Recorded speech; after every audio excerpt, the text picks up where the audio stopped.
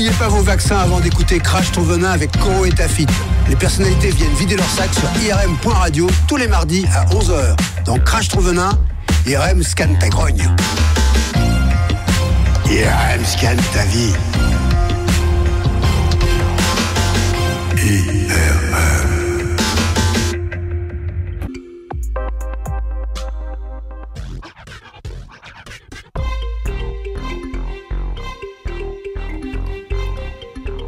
Et bonjour à toutes et à tous, il est 11 h, vous êtes sur IRM.radio, c'est l'heure de Crash ton venin. Et nous accueillons aujourd'hui Dawala, le chanteur, producteur, businessman. Et aujourd'hui avec Dawala, nous allons parler de... La thématique du jour, ça ce sera ne pas oublier d'où l'on vient.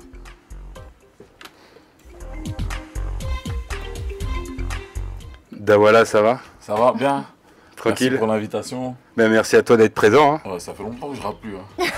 On va te faire rapper. T'as dit le rappeur, mais... Non mais tu chantais. Faut ouais, pas j'ai oublier. déjà fait des couplets, mais... Et d'ailleurs, on parle de ça, j'ai juste envie de me taper un kiff. Ah vas-y. Et nous sommes de retour sur Crash ton venin sur IRM.radio avec Dawala. Ben, merci Dawala pour ce petit kiff que je me suis offert. Ah, mais moi j'ai kiffé, hein. Ça m'a fait rappeler l'ancien temps, 2005. La bonne époque. Ah, la bonne époque. Là où ça. tout a commencé, mais Voilà. Là où presque tout a commencé. Parce que nous, on a commencé en 99 avec Pur Son Ghetto 1, volume 1. Donc là, déjà, il y avait Intouchable, mais je ne les produisais pas. Donc c'était venu poser sur la compile Pur Son Ghetto. Après, en 2002 aussi. Et après, de là, il y a eu La Connexion. Et de là, on est parti en 2004 pour faire l'album La Vie de Rêve avec Intouchable. Et c'était une bonne aventure avec tonton David. On a kiffé. Après, on a fait une bonne tournée. C'était très, très, très lourd. Que des bons souvenirs. Ouais. PSG. Alors Dawala, tu connais le principe de l'émission Crash ton venin? La Non, mais thématique, je m'adapte. c'est on dit tout haut ce que tout le monde pense tout bas. Ok, des fois, c'est pas bon, mais vas-y.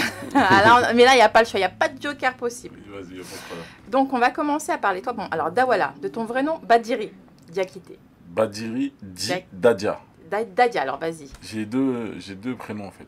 Oui, explique. Bah, en fait, c'est comme ça, hein, chez nous, c'est la culture. Ouais. Quand tu appelles C'est pour les Dadia, donc c'est Badiri, Dadia, et le nom de famille, c'est Diakité. Ouais. Voilà. Alors, moi, je sais pourquoi tu t'appelles Dawala, mais explique. Ah, tu veux que je t'explique? Oui, explique pour les autres. J'ai beaucoup expliqué. Mais Mais explique encore. Non, en fait, Passe la balle. non, c'est en fait quand je suis venu du bled, je parlais pas français. Ouais. Et j'aimais le football parce que je pratiquais ce sport magnifique.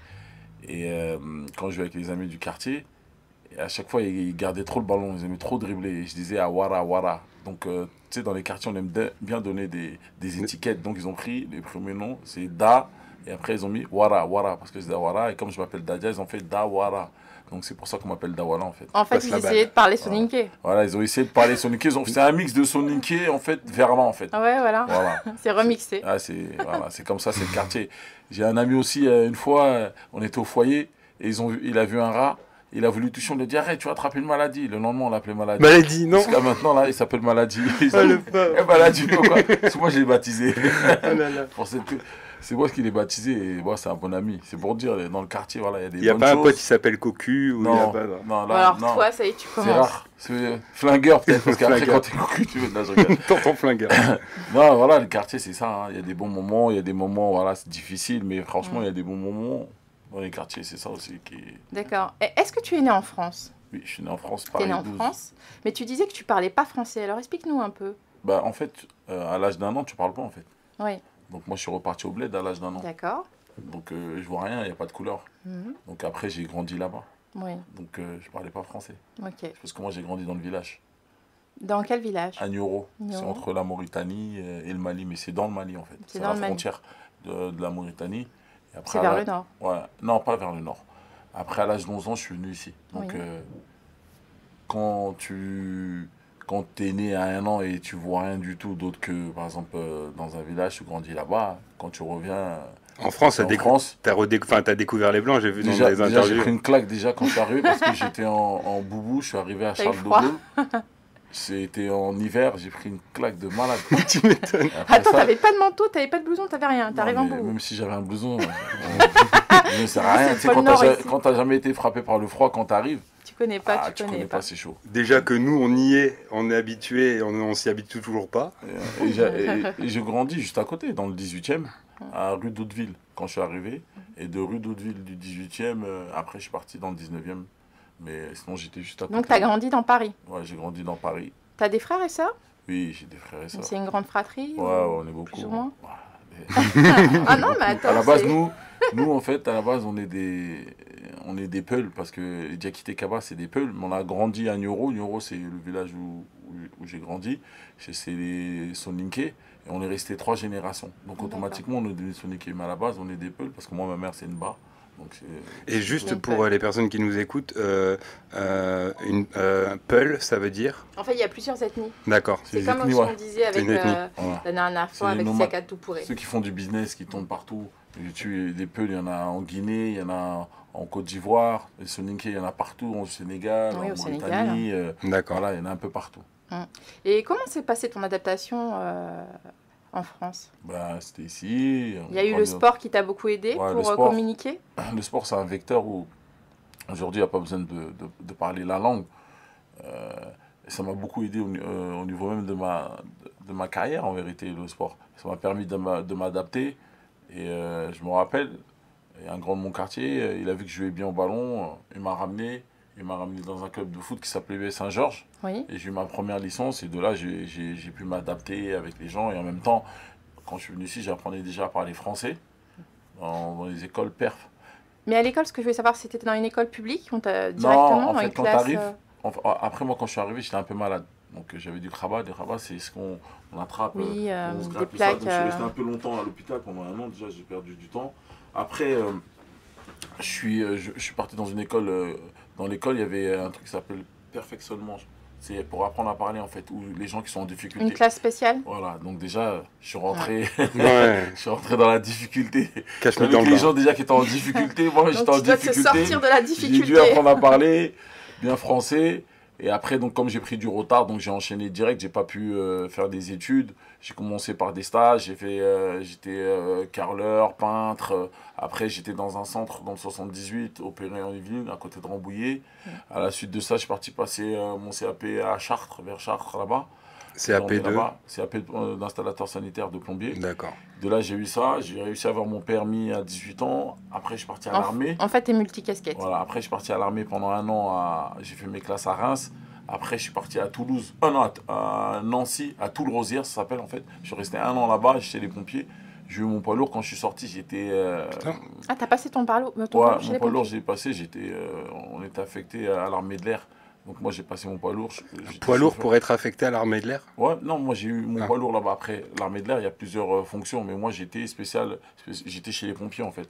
Donc c'est-à-dire dès qu'il y a un avion qui atterrissait, nous on est avec les trucs, donc La folie. j'ai dû tout apprendre en fait, tout ce que les pompiers apprennent, j'ai dû tout apprendre. Après, je suis sorti, donc j'ai eu mon CAP. Et après, j'ai travaillé en tant que livreur, parce que j'ai eu mon CAP. J'ai eu mon poids lourd, donc c'était mieux parce que. Et en même temps, je pratiquais le sport que j'aimais. J'ai joué un peu partout. J'ai joué au début dans le 19e, Au foot? Espérance Paris 19e. Ouais, après, j'ai joué à Noisy-le-Sec, qui joue en national avec les Sanjak. Après, j'ai joué à Aubervilliers avec les Belkeblar. Après, t'étais un bon Saint-Denis. sportif quand Oui, même. non, j'ai eu de la chance. J'étais payé pour pratiquer ce sport. Après, malheureusement, j'ai pas réussi à percer. Et entre-temps, en t'as aidant trouvé. les jeunes de mon quartier au gymnase, là, au foot, je voulais leur donner un coup de main. Donc, ils voulaient faire de la musique. T'étais Il y un avait peu comme un éducateur. Voilà, j'étais éducateur. Et il y avait un studio en face. Et de là est partie la passion, en fait. Je les ai aidés, ils ont commencé à enregistrer. Et je me suis aperçu, en vérité, je connaissais tout le monde. Tous les rappeurs du moment, que ce soit les Rof, 113, FD Phénomène et tout ça. Et on a commencé avec le premier CD. Et là, on a commencé à mettre des concepts, Pur Son Ghetto, PSG avec les couleurs. Mais tu connaissais tout le monde, vous étiez tous du même endroit Non. Quand je dis connaissais tout le monde, tu sais, quand tu grandis dans le ghetto, surtout dans les quartiers du 19e, c'est les quartiers les plus populaires où il y a un gros mélange. Il y a toutes les communautés qui sont là-bas. Donc de là, nous, on allait un peu partout, on sortait en boîte, pas en boîte, hein, c'était les après-midi dans le temps. Hein. À 17 ans, 18 ans, c'est les après-midi. On se fait un brunch. Voilà. Et de là, il y a eu des connexions. Et de D'accord. ces connexions-là sont partis le premier CD Pur Son Ghetto. Et là est parti l'amour en fait pour la musique. On va revenir un peu dans le passé. Moi, je voudrais savoir comment tu étais quand tu étais en cours. Tu étais un élève, une fois que tu as appris le français avant d'avoir ton CAP, tu étais un élève plutôt turbulent ou tranquille, sage, moi, serein? je suis pas sage, mais j'écoute déjà, j'étais en retard, donc déjà, j'étais pas turbulent. Après, j'étais quelqu'un qui devait m'adapter avec beaucoup de retard. Et je suis quelqu'un, on va dire, je suis un vaillant, j'aime bien être aimé, mais je n'étais pas turbulent. D'accord. Mais après, c'est normal, tu sais, quand tu es en retard, comme il disait dans Tu la essaies de chanson te faire Intouchable, comprendre, ouais. on était au fond de la classe. Là, derrière, on regardait les premiers de la classe. Et on regardait, on se disait, comme, dans 10 ans, tu te vois où dans 10 ans? Tu vois? Il disait, dans 10 ans, tu te vois où? Bah voilà, jamais j'aurais imaginé que j'aurais fait une carrière comme ça. Ouais. C'est directement. Certainement, des gens de ta classe, ils étaient au premier rang, ils sont caissiers. Et ils ont ou pas la maintenant, même ils font carrière. quelque chose. Toi, tu étais au fond. Voilà. Et voilà, regarde. Après, mais les études, de toute façon, c'est super important. Bah, moi, j'ai pas eu la chance, mais l'envie, la volonté, c'est le plus important. C'est beaucoup plus fort, ouais. Il faut arriver à joindre les deux. Il ne faut Voilà. pas croire que les études vont tout faire. Ouais. Et il ne faut pas se plonger que dans sa passion sans à côté Sans avoir de diplôme avoir à un peu côté. d'études. Sans avoir de sécurité. Après, le problème, c'est que quand on vient d'une famille pas aisée comme moi, Puis on n'a pas le nombreuses choix. aussi. Hein? Nombreuses. Ouais, nombreuses, et on n'a pas le choix, on est obligé. Après, le problème des jeunes qui sont dans les familles aisées, c'est se reposer sur leur leurs laurier, parents, tu vois. ouais. En vrai, mais demain, il peut avoir un coup dur, ce qu'il faut expliquer et tout ça, et du jour au lendemain, tu peux te retrouver dehors, tu vois. Des fois, tu as des potes qui étaient mieux que toi et ils deviennent clochards. Mmh. Après, c'est vraiment d'expliquer le parcours, mais ça peut pas être le parcours de tout le monde, mon parcours. Mais dire, voilà, quand tu commences, moi j'ai commencé en tant que carreleur, je me donnais à 200% et je voyais la difficulté. Après, quand j'ai commencé à travailler dans ce que j'aimais et tout ça, Vraiment. bah, je sentais même pas parce que c'était un plaisir en vérité. Oui, Donc, parce même les que gens- carreleur et tout ça, c'est Ouais. très difficile, c'est un travail de main, c'est surtout ça. Moi, on va, moi, si même l'appel, elle reste debout. Tu dis, Ça me fait ah, penser à Abdé, big up à Abdé. Abdé, ouais. Abdé, ça me Voilà. fait penser à Abdé. Donc voilà. Après, quand j'ai commencé à être, on va dire, manager, producteur, bah, en vérité, je taffais 24 heures sur 24, mais ça me faisait tellement plaisir en vérité que les gens ils me disaient, mais toi, tu te reposes jamais. Mais en fait, je me dis, mais j'ai T'es pas un compris la insatiable. difficulté. Et là, c'était plus les Ouais. carreaux qui mettaient au sol, Voilà. c'était les tableaux qui mettaient au mur. Ouais, ou même les posters qu'on mettait pour annoncer les concerts ou trucs, donc c'était vraiment. Et plus jeune, t'étais plutôt casanier ou t'étais tout le temps dehors? Ah, moi, j'étais dehors. J'étais dehors, dans le quartier, on était dehors, on jouait au foot au milieu de la cité. Tes parents n'étaient pas du tout stricts? Non, mais après, moi, mes parents, ils disaient I, c'est I. Hmm. A, c'est A. Ah. Ah non, moi, bouge pas, moi. Mon père, il me dit I, c'est I. A. Après, moi, j'ai grandi aussi dans mon village où il y a une culture où les personnes âgées qui te parlent, ils ont tort, ils ont raison, ils ont toujours Ouais, ils raison. ont toujours Tu raison. parles même pas. Après, moi, je pense que c'est ça qui m'a fait beaucoup aussi parce que, Oui, parce que t'es revenu à 11 ans. Hein. voilà. Ouais, voilà. Après, mais mon père, il était ici, en fait. Mm. Lui, il travaillait à la ville de Paris, mais moi, j'ai grandi dans le village avec la Oui, mais t'as grand-mère. grandi avec la culture de là-bas. C'est-à-dire que Voilà. tu revenais, pour toi, à une personne, un adulte, quand il dit ça, c'est ça, quoi, en Mhm. fait. C'est pas autrement. Donc ça m'a beaucoup aidé. Après, comme je disais, mon père, lui, on ne le voyait pas tellement, à part le week-end et ça, parce qu'il travaillait beaucoup. Beaucoup, ouais. Ouais, il travaillait beaucoup. Bah, il travaillait pour nous déjà et aussi pour le village. Tu vois. Bah oui, c'est comme mon père. Hein. C'est pour envoyer de l'argent là-bas. Mhm. Bah oui. Parce qu'en fait, il cotise pour amener ici. Et mon père, en fait, il faisait partie des premiers Maliens qui sont venus en France. Donc lui, il ramenait ses cousins. Quand il ramenait ses cousins, il attendait qu'ils se marient. Après, il ramenait d'autres cousins, ils se mariaient. Donc en fait, lui, c'est la base de tout, on va dire, cette chaîne-là. Et dès qu'il y avait un problème, c'était lui qui venait pour arranger l'histoire. C'est-à-dire, il arrangeait les histoires des autres avant d'arranger Les son siennes. histoire à lui-même. Ouais. Donc moi, j'ai grandi dans ça. Donc c'est ça aussi peut-être qui fait que Mais c'est les une- ressources c'est- humaines, en fait, c'est une force j'arrive aussi, ouais. voilà, j'arrive à m'adapter par rapport à lui parce qu'il y a beaucoup de choses que j'ai vues, il y a des scènes que j'ai vues qui font que ça m'a aidé. Et comme j'ai dit, il y a ça qui m'a aidé, il y a le sport qui m'a aidé, il y a l'envie et où j'ai grandi, comme on a dit. T'as vu, des fois tu oublies d'où tu viens, donc après tu te perds. Mais si tu sais d'où tu viens, où tu as grandi sans goûter, quand tu arrives en haut, tu sais que... Tu sais que si tu sais comment c'est dur, si tu sais comment c'est dur d'arriver là, et comme tu disais, à mon avis, le sport pour l'esprit collectif, le travail en équipe, parce qu'un sport collectif, il faut compter sur chaque personne de notre équipe pour pouvoir gagner ensemble. Et voilà, c'est tout. Surtout la chimie qu'il y a dans le foot. La chimie, c'est que aujourd'hui, tu peux avoir une grosse équipe, des bonnes qualités, mais si on ne travaille pas en équipe, on est mort. Si on joue l'individualité, c'est cuit. Attends, tu peux jouer contre une équipe qui est plus forte que toi. Si tu es soudé, elle peut te balader pendant 90 minutes, poteau, tu mets la main, ça m'est déjà arrivé, tout ça. Et vous luttez les uns pour les autres. 90e minute, tu marques et tu gagnes. Et là, ça te montre que tu as vu, quand tu as envie, même quand c'est dur, tu t'accroches, tu peux réussir. Tout est possible. Et donc, quand tu pratiques ce foot-là, ce sport-là, tu vois, et où à un moment donné, il y a des valeurs où il faut vraiment pratiquer ça pour comprendre. Par exemple, on est ensemble, moi je suis latéral, tu es milieu de terrain. Aujourd'hui, je suis fatigué, tu fais le travail pour moi. C'est toute une saison. Demain, c'est toi qui es fatigué, je fais le travail pour toi. Et après, ainsi de suite, on est en forme, il n'y a personne qui passe. C'est comme ça, tu vois. Donc tu peux jouer avec des handicaps, ça te montre vraiment des trucs. C'est pour ça que le football, ça donne vraiment. Moi, je conseille aux jeunes de faire ce sport-là. C'est un sport unique. Après, voilà. Je pense que de tous les sports co, ça peut apporter, comme tu dis, on s'entraide, toi tu es latéral, enfin avec tous les postes qui peuvent exister, mais dans tous les sports co, parce que moi j'ai fait du volley, mon frère a fait du hand, on retrouve ça, ce que tu dis, l'esprit d'équipe. Ce qui est différent du tennis ou d'autres choses où tu surpasses personnellement. Tu toi-même, là c'est l'état d'esprit. Et je me rappelle d'une anecdote, on avait une grosse équipe, on était à Bobigny. Et je jouais à Bobigny en ce temps-là. Et on n'arrivait pas à gagner toute la saison. On était avant-dernier. Et à un moment, on a fait... Une grosse équipe, t'as dit. On avait une grosse équipe. On avait une grosse équipe. Et on s'est arrêté à un moment donné. On s'est dit, mais qu'est-ce qui se passe? Comment on peut être avant-dernier avec une équipe comme ça? Mais il n'y avait pas la cohésion. Et on s'est dit, voilà, le vendredi, au lieu de partir comme des voleurs, on va s'asseoir. Toi, tu vas ramener du couscous. Toi, tu vas ramener de la morue. Lui va ramener du tchèp. Vous avez partagé. Et à partir de là, tous les matchs, on les a gagnés. On a fini premier du classement, pour t'expliquer, tu vois. C'est-à-dire que dans un problème, en fait, il y a toujours une solution. C'était le ralliement. Voilà, c'était la cohésion de l'équipe. Et comme par hasard, à chaque fois qu'on jouait, on était, par exemple, on était peut-être 12e, on jouait contre le 11e. Après, le dimanche d'après, on était 11e, on jouait contre... Et à chaque fois, on arrivait à monter, jusqu'à qu'on a fini premier. Je me rappelle, on avait gagné à Neuf, où tout le monde nous donnait perdant là-bas. Et moi, je me rappelle, je jouais avec une tendinite, j'étais blessé, mais j'ai quand même joué pour dire tout se passe dans la tête. La force de l'âme. Et on a gagné. Bon, mais t'as entendu, Tourelle, pour la Champions League cette année, tu leur demandes de ramener le mafé, le couscous, moi, ils se mettent d'accord et puis, je peux les entraîner. En avant Guingamp, frère. Ah ouais, il n'y a pas d'anniversaire, il n'y a pas de gâteau, là on travaille. Si vous voulez gagner la coupe, c'est comme ça. Tu disais que tu n'avais pas fait de longues études, mais en fait, tu as fait l'école de la vie. Ouais, j'ai fait l'école de la vie. C'est l'école, on peut dire que c'est comme si tu avais fait des longues études. Et est-ce qu'une fois que tu as fait carreleur, tout ça, tu as trouvé du travail facilement, en tant que livreur, par exemple? J'ai pas eu le temps parce qu'en fait, ça c'était quand j'étais en stage. C'était les relations J'avais 17 ans, non, j'étais dans un centre, donc après j'avais un patron, j'étais apprenti. Oui, mais comment ça s'est passé? Comment tu es rentré dans le domaine actif?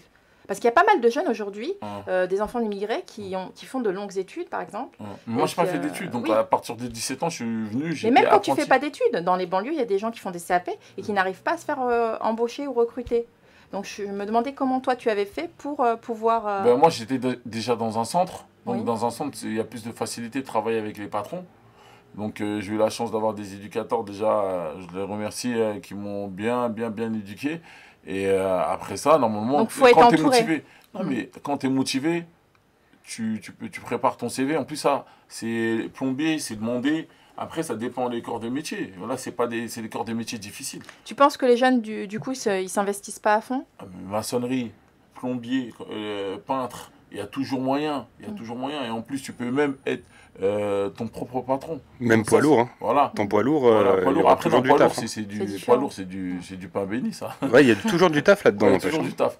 C'est normal, les points ils sautent. Tu vois, maintenant, aujourd'hui, là, le permis, ça rigole plus. Voilà, tout a l'air facile pour toi. Est-ce qu'à un moment donné, tu as souffert de vivre en France? Bien sûr, j'ai souffert. Mais après, maintenant, on parle. Tu sais, pour arriver où je suis arrivé, je suis passé par des étapes. Je pense que.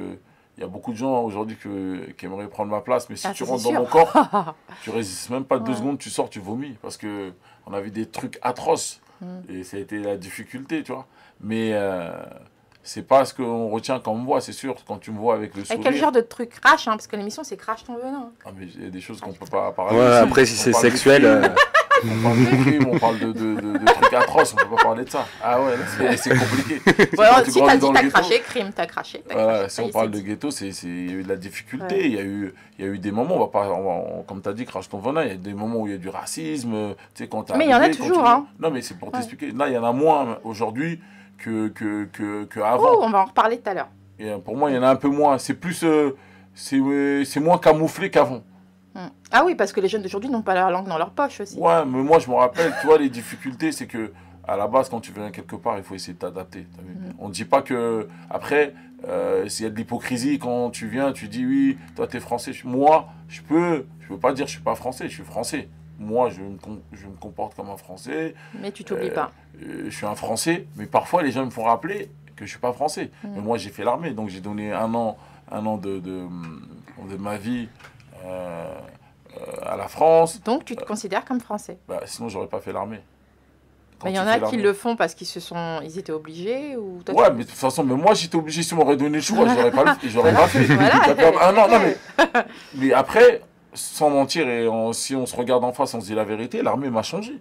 C'est un autre C'est-à-dire, truc. vas-y. Quand tu grandis dans le ghetto, t'es chez tes parents. Ça t'a structuré? On m'a structuré. Quand tu grandis dans le ghetto et t'es chez tes parents, et ta chambre elle est en bordel, et que t'es là, et quand tu viens à l'armée, on te dit fais ton lit au carré, et que t'as le gros truc de en haut de Tu toi, fais vraiment les réveil, pompes. Tu fais vraiment les pompes. ouais, réveil des aviateurs. Ah là, je peux te dire, 6h du matin, 6h30, réveil des aviateurs, il fallait manger au mess, il fallait marcher. Ils m'ont gavé ces kilomètres avec aviateurs. des Faut trucs courir. là.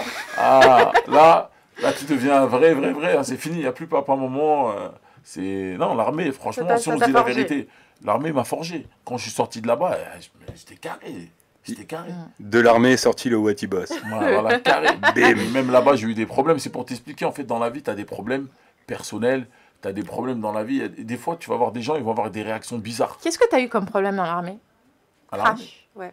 J'ai eu des problèmes de racisme. De moi, le premier jour, Ah je suis ouais. arrivé, déjà, je me suis fait braquer. Ça, le négro, tu sais, des plombs. C'est pas vrai. Déjà, je suis parti en couille. Parce Attends, que moi, pas- déjà, j'étais flingué un peu de Par la tête. quelqu'un de ta promotion ou par un supérieur?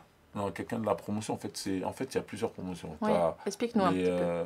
T'as les pompiers, Mm. t'as, comment ils appellent ça encore? Les COI. Les COI, c'est comme la police, en fait, mais ceux qui gèrent, en fait, Oui. la base aérienne, en fait. Tu vois. D'accord. Eux, ça s'appelle les COI. Et quand je suis arrivé, pas à Reims, hein, à Reims, j'avais fait mes classes. Quand je suis arrivé à Toul, le premier jour, c'était ça. Et mais moi, je venais d'un quartier, je ne comprenais pas ça, tu vois.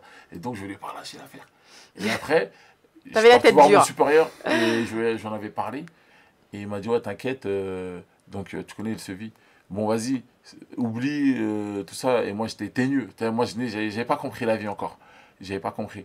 Et il m'a dit, bah, sinon, le week-end, au lieu de rentrer chez toi, comme c'était le premier week-end, on ira voir là-bas, on fera une réunion. Et moi, j'ai dit, vas-y, je reste, moi. Tu connais. Et après, quand j'ai vu les autres partir, j'ai fait, oh là là, la misère. Quelle connerie. Et après, on est parti là-bas, voilà, il y a eu le truc et tout ça, la réunion avec les chefs de COI, et puis les chefs de trucs et tout ça. Et après, ça s'est bien passé, au final? C'était dur. Ça, c'est... T'es resté combien de temps là-bas? Ah non? Un an? Ouais, bon, c'était le service. Et d'ailleurs, pour les personnes qui nous écoutent, qui nous rejoignent, je vous rappelle que nous sommes sur IRM.radio, donc Crash ton venin, Ouais, il est avec 11h27. Monsieur Dawala, Lui-même. le Wati Boss. Le Wati Voilà, Boss. c'est plein d'histoires comme ça en fait. Ah ouais, ça Et arrête pas, toi. Et après, ils ont commencé à dire, ouais, bon vas-y, on va vous donner des grandes box, vous allez jouer. Après, tu me connais, je dis, non, venez, passez-nous une balle de ping-pong, on fait le premier arrive à 21. T'as vu, donc c'était de la tir-sortir. Après, je me suis dit, pourquoi j'ai niqué mon week-end pour ça? Et quand je t'ai expliqué, c'est là où tu apprends la vie en fait. Ouais. Parce que tu vois plein de choses quand tu es jeune ou quand tu vas travailler. Les mecs ils disent non, cache-toi, cache-toi, cache-toi, cache-toi. Ah ouais, Là, c'est ils vrai. aiment- t'apprends à ils aiment connaître pas d'autres voir- personnes Ils aiment pas aussi. voir les trucs et tout ça. Et le problème, tu as vu, quand tu rentres chez toi, tu as une autre culture. Tu peux pas parler avec tes parents de sexe, ni de problème Oui, de, je suis de tout la à fait vie, tout d'accord. ça. Donc tu reviens dans le quartier, ah, les mecs sont acharnés, ah, on est anti-plan, anti-truc, ah, tu vois ce que je veux dire ou pas? Et toi, tu te mets là. Mais en fait, tu apprends. T'apprends. Après, maintenant, il y a un moment où tu dois prendre une décision quand tu as grandi Tu dans dois un quartier, choisir. que ce soit au niveau, quand on crache ton vin, au niveau de la drogue, ou au niveau de la vie que tu as envie de mêler, Ouais. ou comment tu as envie de finir. Il y a des décisions à prendre à des moments clés de la vie, Crucial, tu vois. La vie, c'est pas facile là-bas. On va pas dire que au lycée, ils sont gentils, tous les trucs et tout ça. Après, il faut s'adapter, en fait, ici. Tu parles, la vie n'est pas facile en banlieue? Moi, je n'ai pas grandi dans la banlieue. Hein. À Paris, pour moi, la vie n'est pas facile non plus. Pour moi, là, mais attention, quand vous parlez de Paris, vous voyez que les Champs-Élysées. Non, c'est pour ça que je te fais parler, moi. Mais moi, quand je te parle, moi, j'étais dans les banlieues. C'est difficile, les banlieues. Mais nous, c'est plus que difficile. Parce je parle du 18e. 18e, 19e. Moi, pourquoi je te dis ça dans le 19e? Enfin, quelqu'un qui me parle de ça. Parce que tu vois, moi, j'en parle souvent. Pour moi, quand c'est marrant. La banlieue, c'est pire. Quartiers, La banlieue, pour moi, le 19, c'est pire que la banlieue. Pourquoi j'explique? Parce que, tu sais, nous, quand on a commencé, la génération, on a commencé, la banlieue, c'était vraiment. C'était comme dans Astérix et Obélix. Ils viennent, tu vois. Et donc, les Parisiens, ils ont grandi dans le truc où la banlieue, ça vient, ça casse tout, ça repart. Tout et ça repart. Mais eux, à partir de 22h, il n'y a plus rien là-bas. Tout est fermé, les gens, ils dorment et tout ça. Mais à Paris, à quel moment tu dors? 2h du matin, le métro, il ferme. À 5h, il ouvre. Ah, c'est vrai, j'ai habité Bastille. Il faut squatter entre 2 et 5. Non-stop. Entre les bandes, entre les seringues, entre... Tu vois, tous ces problèmes-là, c'est non-stop, 24 heures sur 24. Aujourd'hui, je te dis, quand tu vas dans le 18 ou dans le 19, il y a des quartiers. Donc, il n'y a pas que la banlieue, il y a aussi certains arrondissements. Je suis content, tu sais que tu es le premier invité à nous parler de ça. Non, mais ça, c'est parce que j'ai grandi dans le 19e. Donc après, je connais. Donc à partir de là, je sais ce qui se passe, je sais tout ce que les jeunes peuvent ressentir, je sais comment ça se passe. Et voilà. Tu sais, à un moment donné, c'est comme quelqu'un qui est toujours victime, et à un moment, ça se retourne, tu vois. Voilà. Il passe bourreau. Souvent, quand tu t'es trop retenu, malheureusement, tu passes bourreau. T'en colles après. Tu es d'origine malienne. Est-ce qu'à un moment donné, tu as ressenti le manque de l'Afrique? J'ai eu la chance d'avoir un père qui m'a emmené déjà en mois de juillet, août, en vacances là-bas avec mon frère, qui a un an d'écart avec moi. J'allais toujours au Mali pendant les vacances. Donc, au contraire, c'était une sorte de ressource pour moi. Parce que c'était un plaisir, c'était les vacances. Ici, en fait, quand il y avait des difficultés, je me disais les difficultés pour moi. C'est-à-dire qu'en général, je disais c'est dur. Quand j'allais au Mali, quand je voyais les difficultés qu'il y avait là-bas, quand je venais ici, je dis mais non, ça c'est rien du tout. Voilà. Tu relativises. Donc ça m'a aidé à surmonter beaucoup de choses et tout ça, tu vois. Je me disais mais ça c'est rien. Donc voilà, j'ai la chance d'avoir un père qui m'a ramené chaque année pendant au moins plus de 8 ans au Mali, en vacances. Te rappeler de tes racines à chaque fois. Donc c'est pour ça aussi j'ai été accroché. Et quand je vais là-bas ou quand je ramène là-bas, tu vas là-bas, tu vas leur donner 10 €, ils vont être contents, ils vont te demander. Mais tu vas là-bas, tu leur donnes un t-shirt Watibé. Pendant 5 ans, 6 ans, les mecs ils vont avoir les mêmes t-shirts, ils vont être tellement heureux de fou. Avec rien du tout, tu peux les rendre heureux. Après moi j'ai eu la chance, j'ai ouvert une association là-bas, ça fait plus de 8 ans. Donc on ramène des équipements. Elle s'appelle comment ton association? AS Watibé.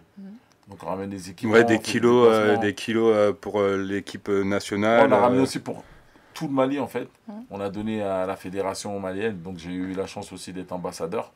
Mais moi j'ai ma structure à moi, mon association qui a plus de 1000 adhérents. On s'occupe des jeunes et tout ça, on les forme. Il y a aussi des bénévoles là-bas qui travaillent avec moi. J'ai rencontré un jour, ils m'ont dit mais ici, il n'y a rien à faire, on aimerait bien faire quelque chose et tout ça. Et moi, entre mes voyages et tout ça, et un jour, je me suis dit, vas-y, comme moi, je suis spécialiste et j'aime le foot, venons, on fait une association avec ça, avec mes collaborations, Clairefontaine et tout ça, on ramenait des cahiers, des stylos, et là, on ramène encore, et là, c'est devenu encore plus structuré. Et là, le but, là, c'est vraiment faire un genre de centre de formation, accueillir les jeunes, les former, et leur donner la chance, parce que là-bas, c'est vrai que la musique, le sport, c'est vraiment les deux vecteurs où il n'y a pas de frontières, c'est les deux vecteurs tu peux t'en sortir, parce que là-bas ils ont vraiment faim, eux ils savent vraiment d'où ils viennent. Les gens qui jouent là-bas, ils savent que les gens ils comptent vraiment sur eux, et c'est pour ça que tu vois les générations, par exemple même U17 ou U19, l'équipe nationale du Mali, ils sont premiers, ils font la coupe du monde des deux générations. Ça monte. Parce que voilà, après quand t'as pas beaucoup, à part la terre qui est riche là-bas, l'or, pétrole, tout on ça. on va en parler. Ah ok d'accord. Moi je vais vite. Comment expliques-tu que tout ce que tu touches se transforme en or? Est-ce que c'est tout ce que tu viens de nous expliquer, la rage, l'envie, les valeurs Après, il y a des stratégies. Tu vois, quand on touche aussi où on fait les choses, on fait les stratégies. Par exemple, section d'assaut. Il ne faut pas oublier, on n'est pas arrivé du jour au lendemain. Je suis resté plus de 10 ans avec eux dans l'ombre. D'accord. J'ai ramené les sons, ils avaient de la qualité, les gens, ils n'avaient pas vu. Mais après, avec les stratégies... Au début, est-ce que vous étiez, quand vous arrivez dans certains endroits, vous étiez respecté dans certaines radios ou pas du tout? Explique-nous un peu. Explique-nous un petit peu. Est-ce qu'on après, moi, je prenais les CD... J'ai démarché dans les grandes structures, mais en ce temps-là, il y avait un truc qui était installé. C'est-à-dire que si tu voulais passer en radio, en fait, il fallait que tu passais par une major. Oui. Et de là, nous, on a créé, à force d'aller dans les portes, marcher à Châtelet, aller à Montreuil, aller voir les producteurs et tout ça, nous, on a fait notre propre style à nous. Donc on a fait beaucoup de stratégies. C'est-à-dire quand on a commencé les premières stratégies, c'était Mahama, nous on a commencé. Donc Mahama, on donnait rendez-vous à Beaubourg. Et quand tu venais avec un t-shirt, non, quand tu venais avec le CD, on t'offrait un t-shirt. Ouais. Donc il y avait déjà un lien, on disait voilà, tu venais dans l'autre famille en fait. Donc c'est-à-dire tu mettais ça. Après, il y a eu des stratégies où quand on faisait des concerts, par exemple à Bastille, 400 personnes, ben, on disait voilà, il n'y a pas de ticket en fait. Le ticket, on te fait un t-shirt Watibé, tout noir, brillant. Mais qui avait l'idée de ça? Ben ça, moi j'ai eu l'idée de ça, du rassemblement à Beaubourg et de la stratégie du cinéma. Donc ça vient de toi. Avec le truc, mais après ça vient de nous, parce qu'en fait une idée, tu la trouves pas tout seul, une idée quand tu la trouves quand tu es en groupe et entouré de famille, c'est ça qui est important. Une équipe. Donc ça vient de l'équipe en vérité. D'accord. Parce que si on n'aurait pas eu l'entourage qu'on a eu, bah, peut-être qu'on n'aurait pas eu ces idées-là. C'est comme Pur Son Ghetto. Quand j'ai eu Pur Son Ghetto, c'est parce que j'étais avec des gens qui jouent au foot, qui étaient là, En fait, quand il y a quelque chose qui se passe, parce qu'autour de toi, il y a une énergie qui fait que dans cette direction-là, c'est comme les gens quand ils chantent, quand ils font des chansons et tout ça. Par exemple, je te donne un exemple, j'ai pas les Love, c'est un ami de la section d'assaut qui voulait se marier avec une fille et ses parents ils ont demandé trop d'argent et donc c'est venu l'idée de chanter cette chanson, mais j'ai pas les Love. Je reste debout par exemple. Ah, tu vois, moi je crois que tu allais me parler de Castres, tu me parles d'argent. Non, mais c'est pour t'expliquer. Et par exemple, je reste debout, je me rappelle, c'était avant la guerre en Côte d'Ivoire. J'étais avec Gims, on était en Côte d'Ivoire, là-bas, à Abidjan. Et tous les matins, on se levait parce que lui, il n'avait pas les papiers, tu vois. Ouais. Et on devait aller, il avait perdu son visa, on devait aller prendre le visa pour qu'il parte. Et à un moment, il n'avait plus d'espoir. Ah, on dit, je reste debout. Et de là, Love to love. et de là, c'est parti le morceau, je reste debout. Oh, ouais. Ça me touche, mais je reste debout. Donc, c'est-à-dire, en fait, c'est des faits qui vont se passer avec les gens avec qui tu es, qui vont te donner l'idée de faire les choses au moment. Au même moment. Donc, comme je disais, on a fait avec les t-shirts. Donc, l'effet de mode que ça fait, c'est que le jour du concert, il y en a qui venaient du 9-5, il y en a qui venaient de Creil, il y en a qui venaient d'un peu partout. Regrouper tout le monde. Et c'est-à-dire que quand tu prends le métro, tu changeais, tu dis, oh, mais c'est quoi ça? Ah, et en ce temps-là, Internet commençait à monter en buzz de fou. Et de là, bam! Ça, c'était super. Donc, c'est là où c'est après on a C'est une commencé à bonne idée. Voilà, Parce que c'est une bonne idée. enfin, vous avez regroupé tout le monde. Voilà, on a regroupé tout le monde. 93 ou 95 de Paris. Tout le monde, parce qu'en plus, il n'y avait pas, en vérité, un groupe de rap parisien. Il y avait NTM, il y avait Secteur A. C'est vraiment la musique qui a regroupé tout le monde parce que à cette époque-là, enfin, les quartiers, souvent, ils se tapaient sur la gueule, hein, quand même. Hein. Ils se tapent toujours sur la gueule. Oui, ils se tapent toujours sur la gueule. Mais ce que je veux dire, c'est que vous avez réussi à faire cette coalition. Ça, c'est important. Octogone. Comment es-tu arrivé à la musique? La musique, c'est ce que je viens de t'expliquer. La musique, c'est en voulant aider les petits de mon quartier. Non, mais ce que je veux dire, quand tu étais petit, est-ce que ça t'est arrivé de prendre une feuille et d'écrire quelque chose? Non, jamais. Pas du tout. Tu n'avais pas cette envie-là. C'est le mouvement, en fait. Le mouvement. En fait, quand j'étais petit, quand je suis arrivé dans le quartier, j'ai eu la chance d'être dans un quartier du 19e où les grands, ils nous ont bien élevés. C'est-à-dire que tous les mercredis, on allait dans la loge, dans une loge dans le quartier, là, à Gaston Pinon, et on faisait du break. Et tous les samedis, on prenait à Suma, c'était le supermarché, tac, tac, on prenait les cartons, on mettait du scotch, on allait à Bobo, on breakait, et on passait après avec la pièce pour récupérer. Moi, je passais avec ma casquette et je récupérais les pièces. T'as breaké dehors? Ouais, moi, je breakais. Non, les autres, ils breakaient, lui, il ramassait les sous. Non, je breakais. Moi, Ils sont producteurs déjà. Je breakais. J'étais breaker, j'ai tagué, j'ai tout fait. Ah, vous avez J'étais dans joué le les mouvement. Américains. Donc, le week-end, après, on rentrait, tac, on avait récolté ce qu'on avait récolté le samedi. On passait à Suma, thon à la catalane, pain, on partageait, on s'asseyait. Ah, thon à la catalane. Tout le monde me parle de ça, c'est fou. Ouais, nous, on a grandi sans goûter, donc c'était ça. Et de ça même, tu vois, la loge là, dans la loge, on jouait à la pièce, au jeu de la pièce dans Paris. Rapproché près du mur. Voilà, la pièce qui est la plus proche du mur rapporte les pièces des autres. Toi, tu gagnais tout le temps. Non, mais c'est de là est partie l'idée du film que j'ai fait, le long métrage qui s'appelle La Pièce en fait. Ah, ça veut dire qu'en fait, en disant, tu peux être un clochard, partir de tout en bas, mais si tu as l'envie, et lui il avait un don, tu vois, c'était, voilà, il avait ça. Donc avec La Pièce, c'est de partir tout en bas et arriver en haut et en aidant les autres aussi. Donc c'est ça en fait, c'est de là-bas, c'est cette base-là. En fait, tout mon parcours en fait, c'est toute une histoire en vérité. Donc de ça, voilà, je tire des conclusions, je tire des idées où j'ai grandi, tout ce que j'ai fait. Voilà. Ce qui fait que tu es toi aujourd'hui. Ouais. Est-ce que tu te considères comme chanceux? Non, ouais, la chance, il faut aller la provoquer. Parce qu'il y a beaucoup de monde qui dit oui. Oui, il a de la chance, c'est vrai. Ouais. Il y a de la chance, il y en a même qui disent autre chose. Ouais, c'est clair. Mais après, trop de chance. Après, quand tu arrives à un certain niveau, tu vois, Vas-y, crache, hein, défends-toi. Non, quand tu arrives à un certain niveau, il faut aller la provoquer, cette chance. Après, tu as vu, moi, j'ai grandi dans un endroit, c'est vrai que si j'aurais pas grandi où j'ai grandi, j'aurais peut-être pas produit Section d'Assaut, parce que c'est vrai qu'ils étaient trop nombreux. Mais là, la différence, c'est que moi, où j'ai grandi, on était trop nombreux. Et que ce soit cousin ou ami, on était tous des frères. C'est-à-dire la mère d'un tel, il va pas venir dire oui, c'est son fils. Donc c'est ça aussi qui a fait que... Ouais. C'est ça que j'ai dit, c'est moi, ma deuxième culture qui m'a aidé aussi à traverser tout ça. Et il faut avoir un facteur de sens, il faut avoir de la volonté et il faut avoir aussi les moyens. C'est-à-dire j'ai travaillé pour arriver à investir sur ce que j'aime. Oui, tu as eu la niaque. Voilà. T'as-t-on déjà trahi? Oui, bah, c'est normal. Hein. Oui, mais il y a trahison et trahison. Est-ce que tu en as beaucoup souffert ou pas? Tu n'es pas obligé de nous dire. Non, c'était obligé de souffrir en fait. C'est pourquoi tu es obligé de souffrir, je vais t'expliquer. Parce que, en fait, moi, je ne suis pas une maison de 10. C'est-à-dire, moi, je suis une personne, donc une personne qui fait les choses avec le cœur. Et quand tu fais souvent les trucs avec le cœur... Tu te donnes entièrement. Et tu te donnes entièrement, mais il y a souvent la réussite en fait. Quand tu fais les choses sans attendre le retour, il y a souvent la réussite.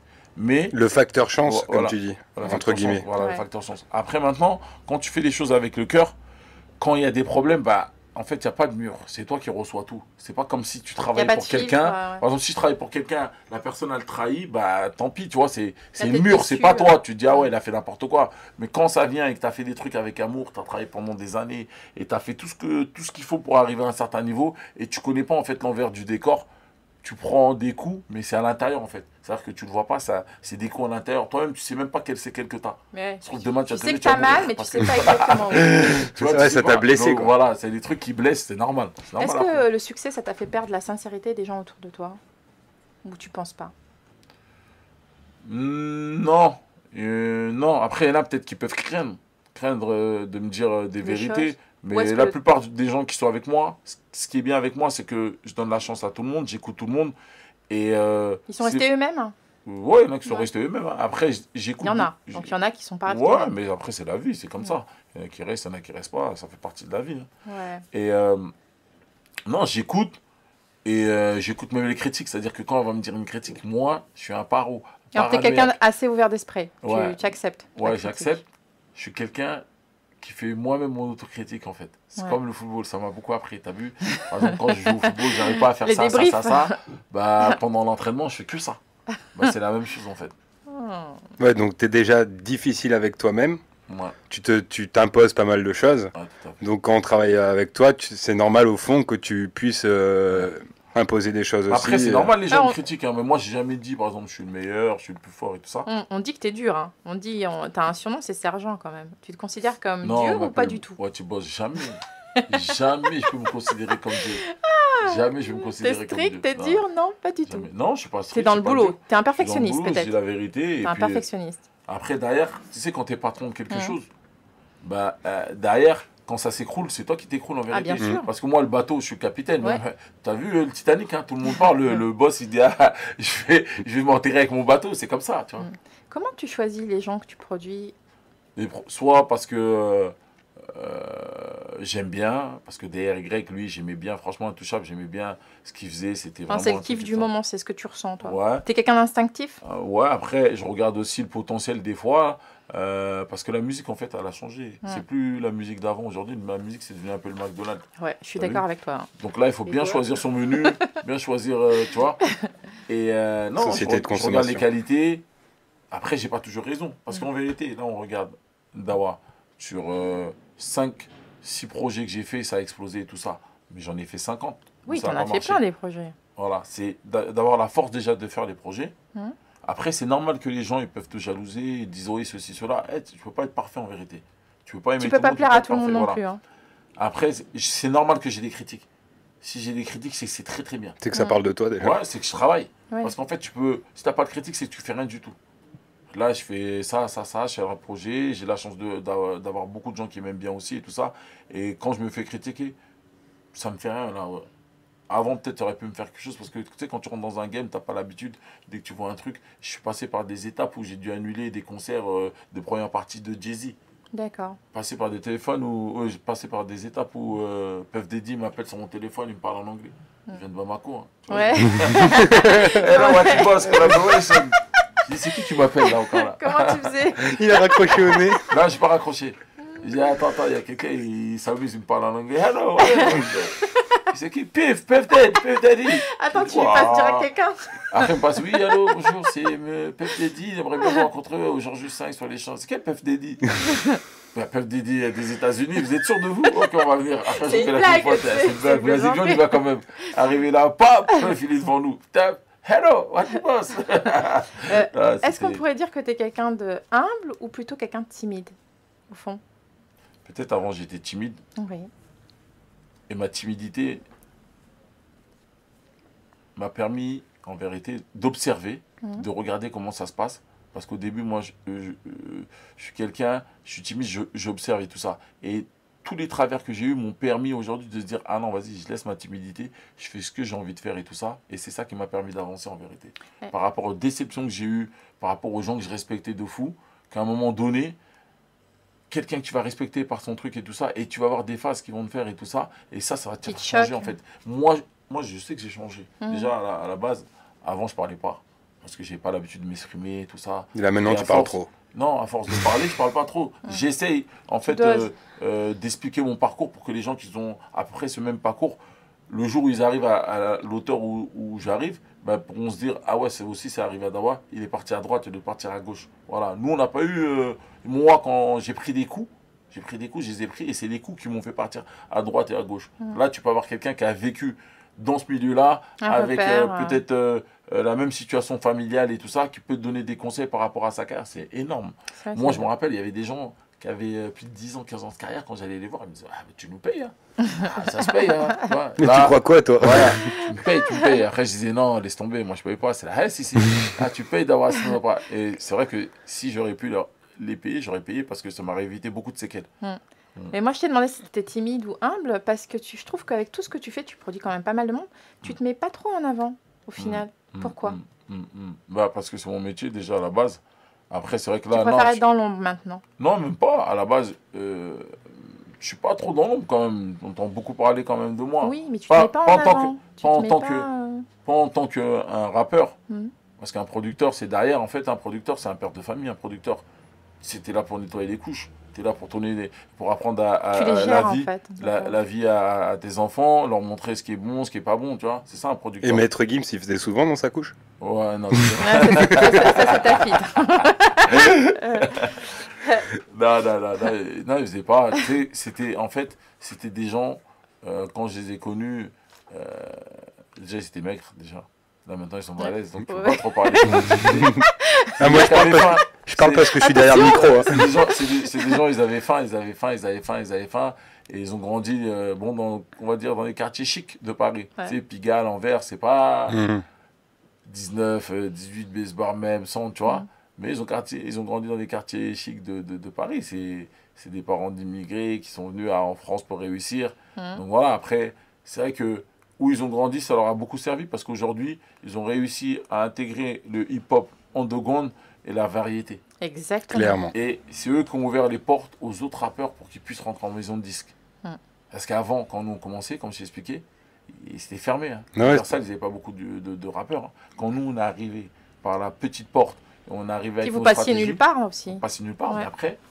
Ouais, le rap c'était encore catalogué, musique gangsta et tout, alors que vous êtes arrivé avec le côté variété, comme tu as dit. Et les refrains Gims.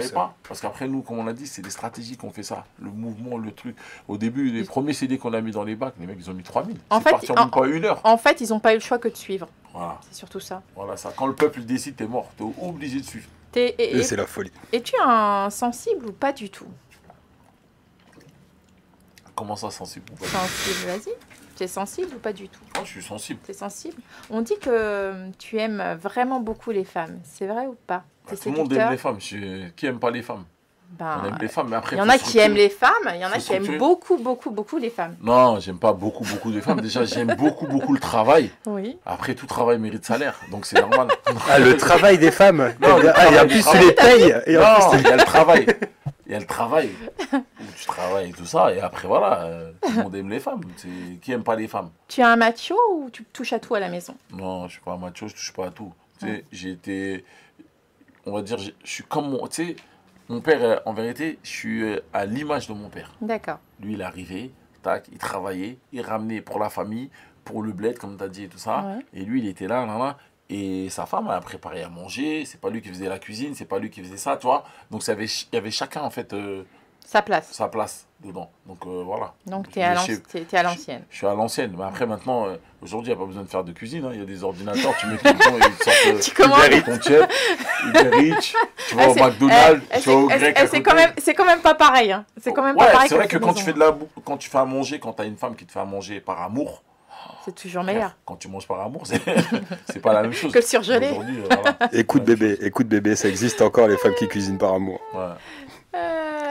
D'ailleurs, vous êtes sur IRM.radio, dans Crash ton venin, il est 11h49. Nous sommes avec Koro et Monsieur Dawala. Lui-même. Ouais, alors Dawala, est-ce que tu regardes les médias et lesquels? Les médias, avant, je regardais beaucoup le Parisien parce que les résultats, quand je jouais au foot, après, je regarde BFM, les infos, tout ça, mais je suis pas trop au télé en vérité. Ah, bah, je me disais, ils regardent les médias parce qu'on a reçu pas mal d'invités, au moins 13, qui la plupart ne regardent pas les médias. Non, moi je regarde BFM, et le Parisien, pas pour le foot, parce qu'en fait, tous les week-ends quand je jouais, j'avais les résultats en fait du Parisien, donc j'avais l'habitude de regarder le Parisien, ou aujourd'hui, ça s'appelle aujourd'hui, je pense. Et BFM, parce que les actus de la vie quotidienne, t'es obligé, tu vois. Mais ça fait un moment... Pourquoi t'aimes bien les actus en répétition? Non, c'est même pas ça, je regarde. J'aime pas. Je regarde. Je crache, hein.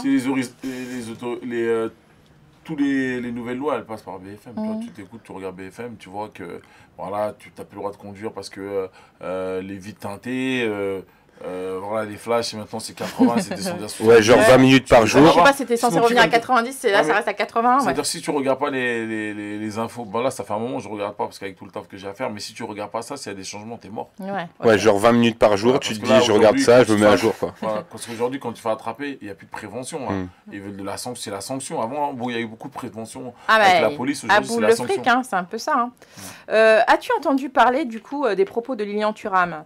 Il a dit, je cite, je te rappelle ce qu'il a dit, hein, il est nécessaire d'avoir le courage de dire que les Blancs pensent être supérieurs aux Noirs et croient l'être. Cela a fait une polémique. Qu'est-ce que tu en penses?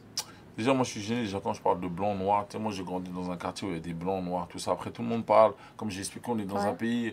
Aujourd'hui, il y a beaucoup d'hypocrites, c'est l'hypocrisie. Ouais, l'hypocrisie. Maintenant, aujourd'hui, s'il a dit ça, il a dit ça. Et il parlait des supporters. Hein. Mais bon, il a dit supporters, il a dit le mot, il a laissé. Non, c'est les supporters qui sont là et qui font les cris de singe, tu vois. Wow.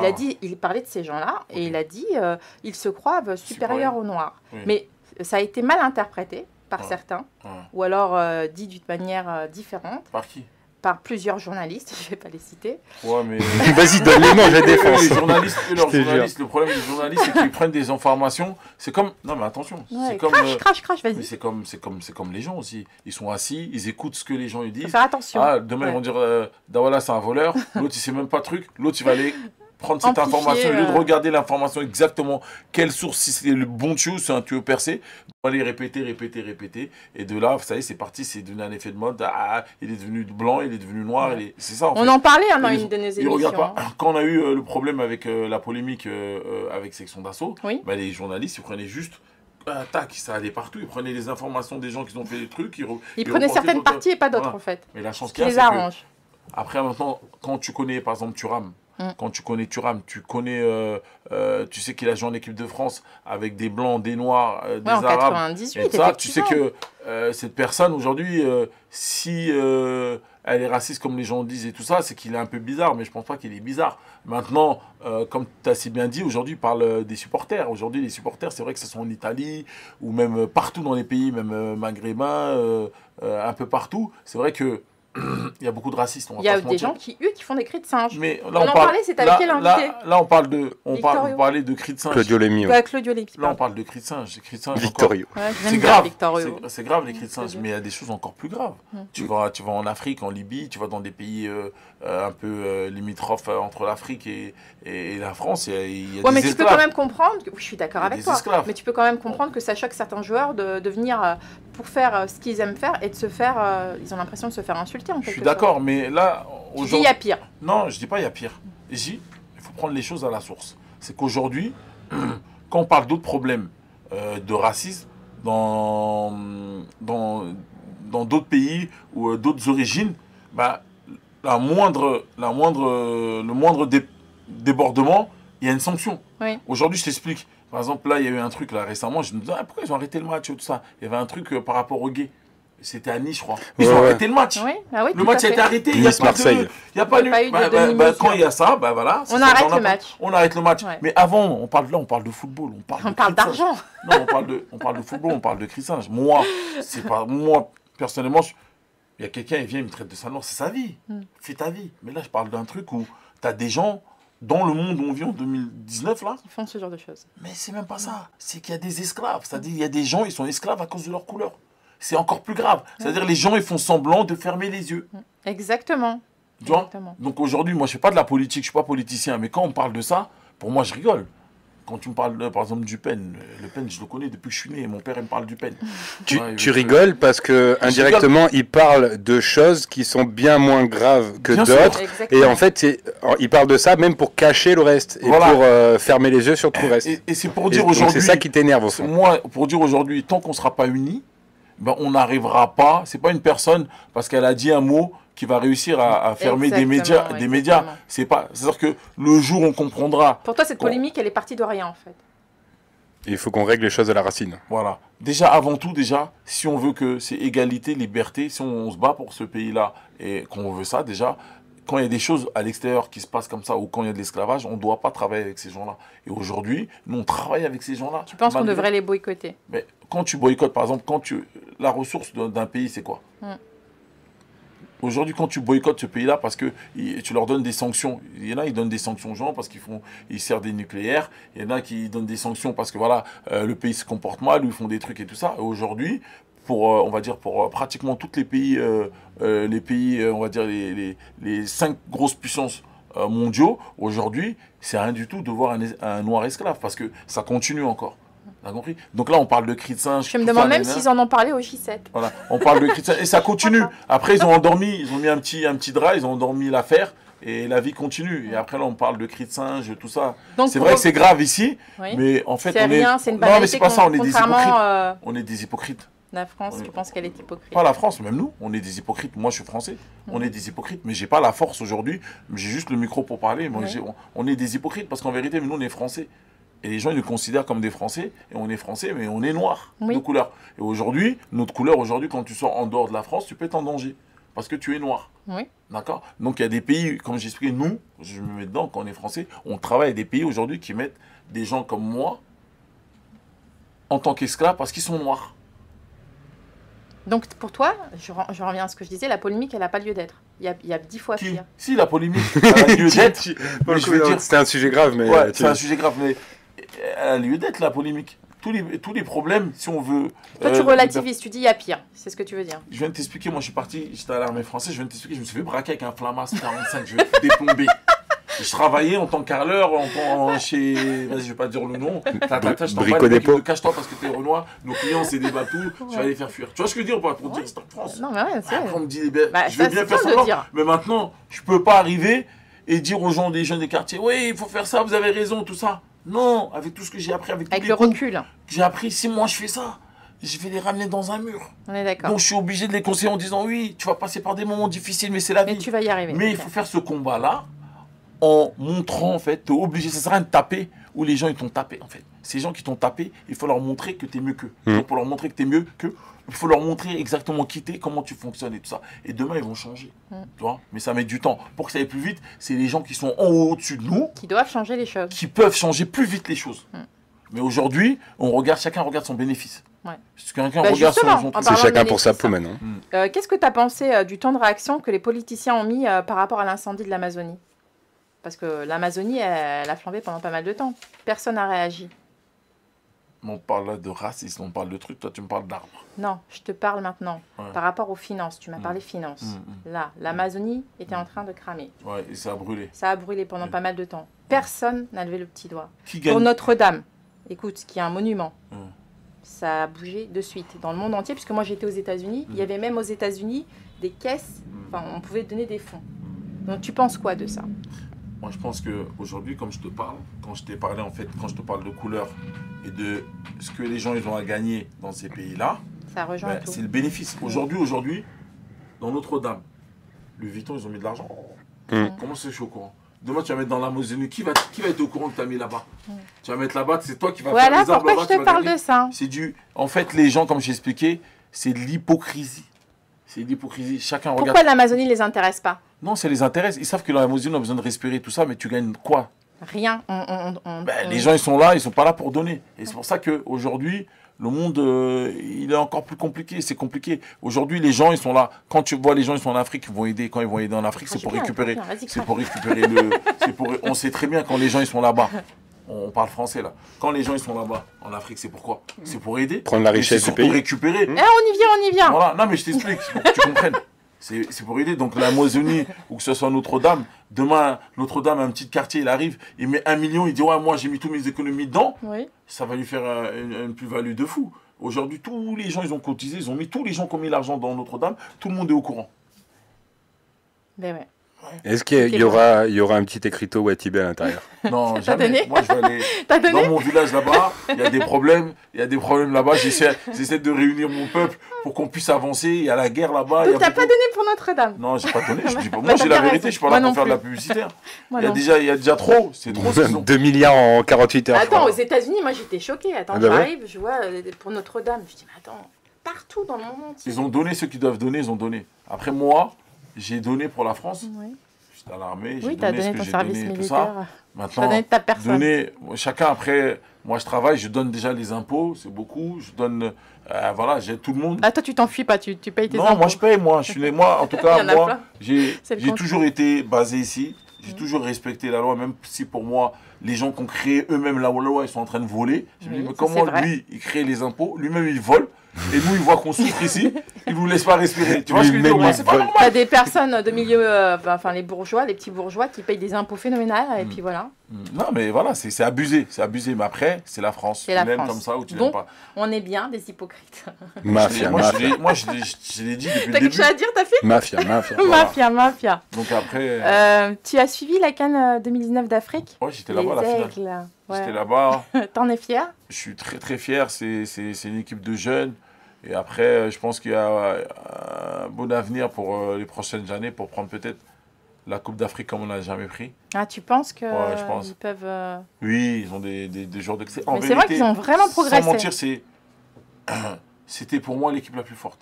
Pour moi. Ouais. Moi, je pensais Mais- qu'ils allaient gagner. Hein. Non, mais on avait des problèmes Ouais. au niveau du gardien de but. Tu vois, on n'a pas pris le meilleur gardien de but. On a pris un gardien de but pendant 1 an. Oui. Il n'y a pas eu de championnat. Il était là-bas, taille courte, alors qu'on a Samasekou, c'est le défenseur. Le gardien de 3, j'ai oublié, bref. On a un gardien qui est opérationnel, qui aurait pu prendre sa place. Après... Tu penses que les joueurs ont mal été choisis? Non, les joueurs, ils n'ont pas été bien choisis. Comme je t'expliquais, on a des gardiens qui sont forts, qui sont actifs. On aurait pu prendre un joueur Et pourquoi on qui était les a pas pris eux? Ça, je peux pas Tu dire. sais pas. C'est compliqué en Afrique aussi, tu D'accord. vois, déjà. C'est compliqué. Bah, vivement qu'ils aient un Watibe l'entraîneur. Hein. Voilà. Après, c'est vrai qu'on n'a pas fait les bons choix au niveau de tous les joueurs. Mais 90% c'était bon. Mais après, sur un terrain, quand tu regardes, il y a des stratégies. Il faut jouer en 4-4 trucs. Il manquait 4-4. un tout petit truc pour toi. Pour toi, ils vont arriver Pour bientôt. moi, j'aurais fait quoi? Moi, ça aurait été moi. Déjà, le gardien de but, j'aurais mis. Attaquant. J'aurais mis attaquant. Non, le gardien de but, j'aurais pas mis un gardien de but qui n'a pas fait 1 an de Ouais, normal. Non, préparation. mais là, t'as raison. Ouais. Ça déjà, ça c'était une première erreur. À bannir, ouais. Deuxième erreur, c'était Marega, c'était l'attaquant, mais j'aurais mis peut-être Koulibaly devant en appui et Marega qui tourne autour de lui. Je pense qu'on aurait plus de chance. C'est vrai que là, on a perdu contre la Côte d'Ivoire, je crois, ouais, 1-0.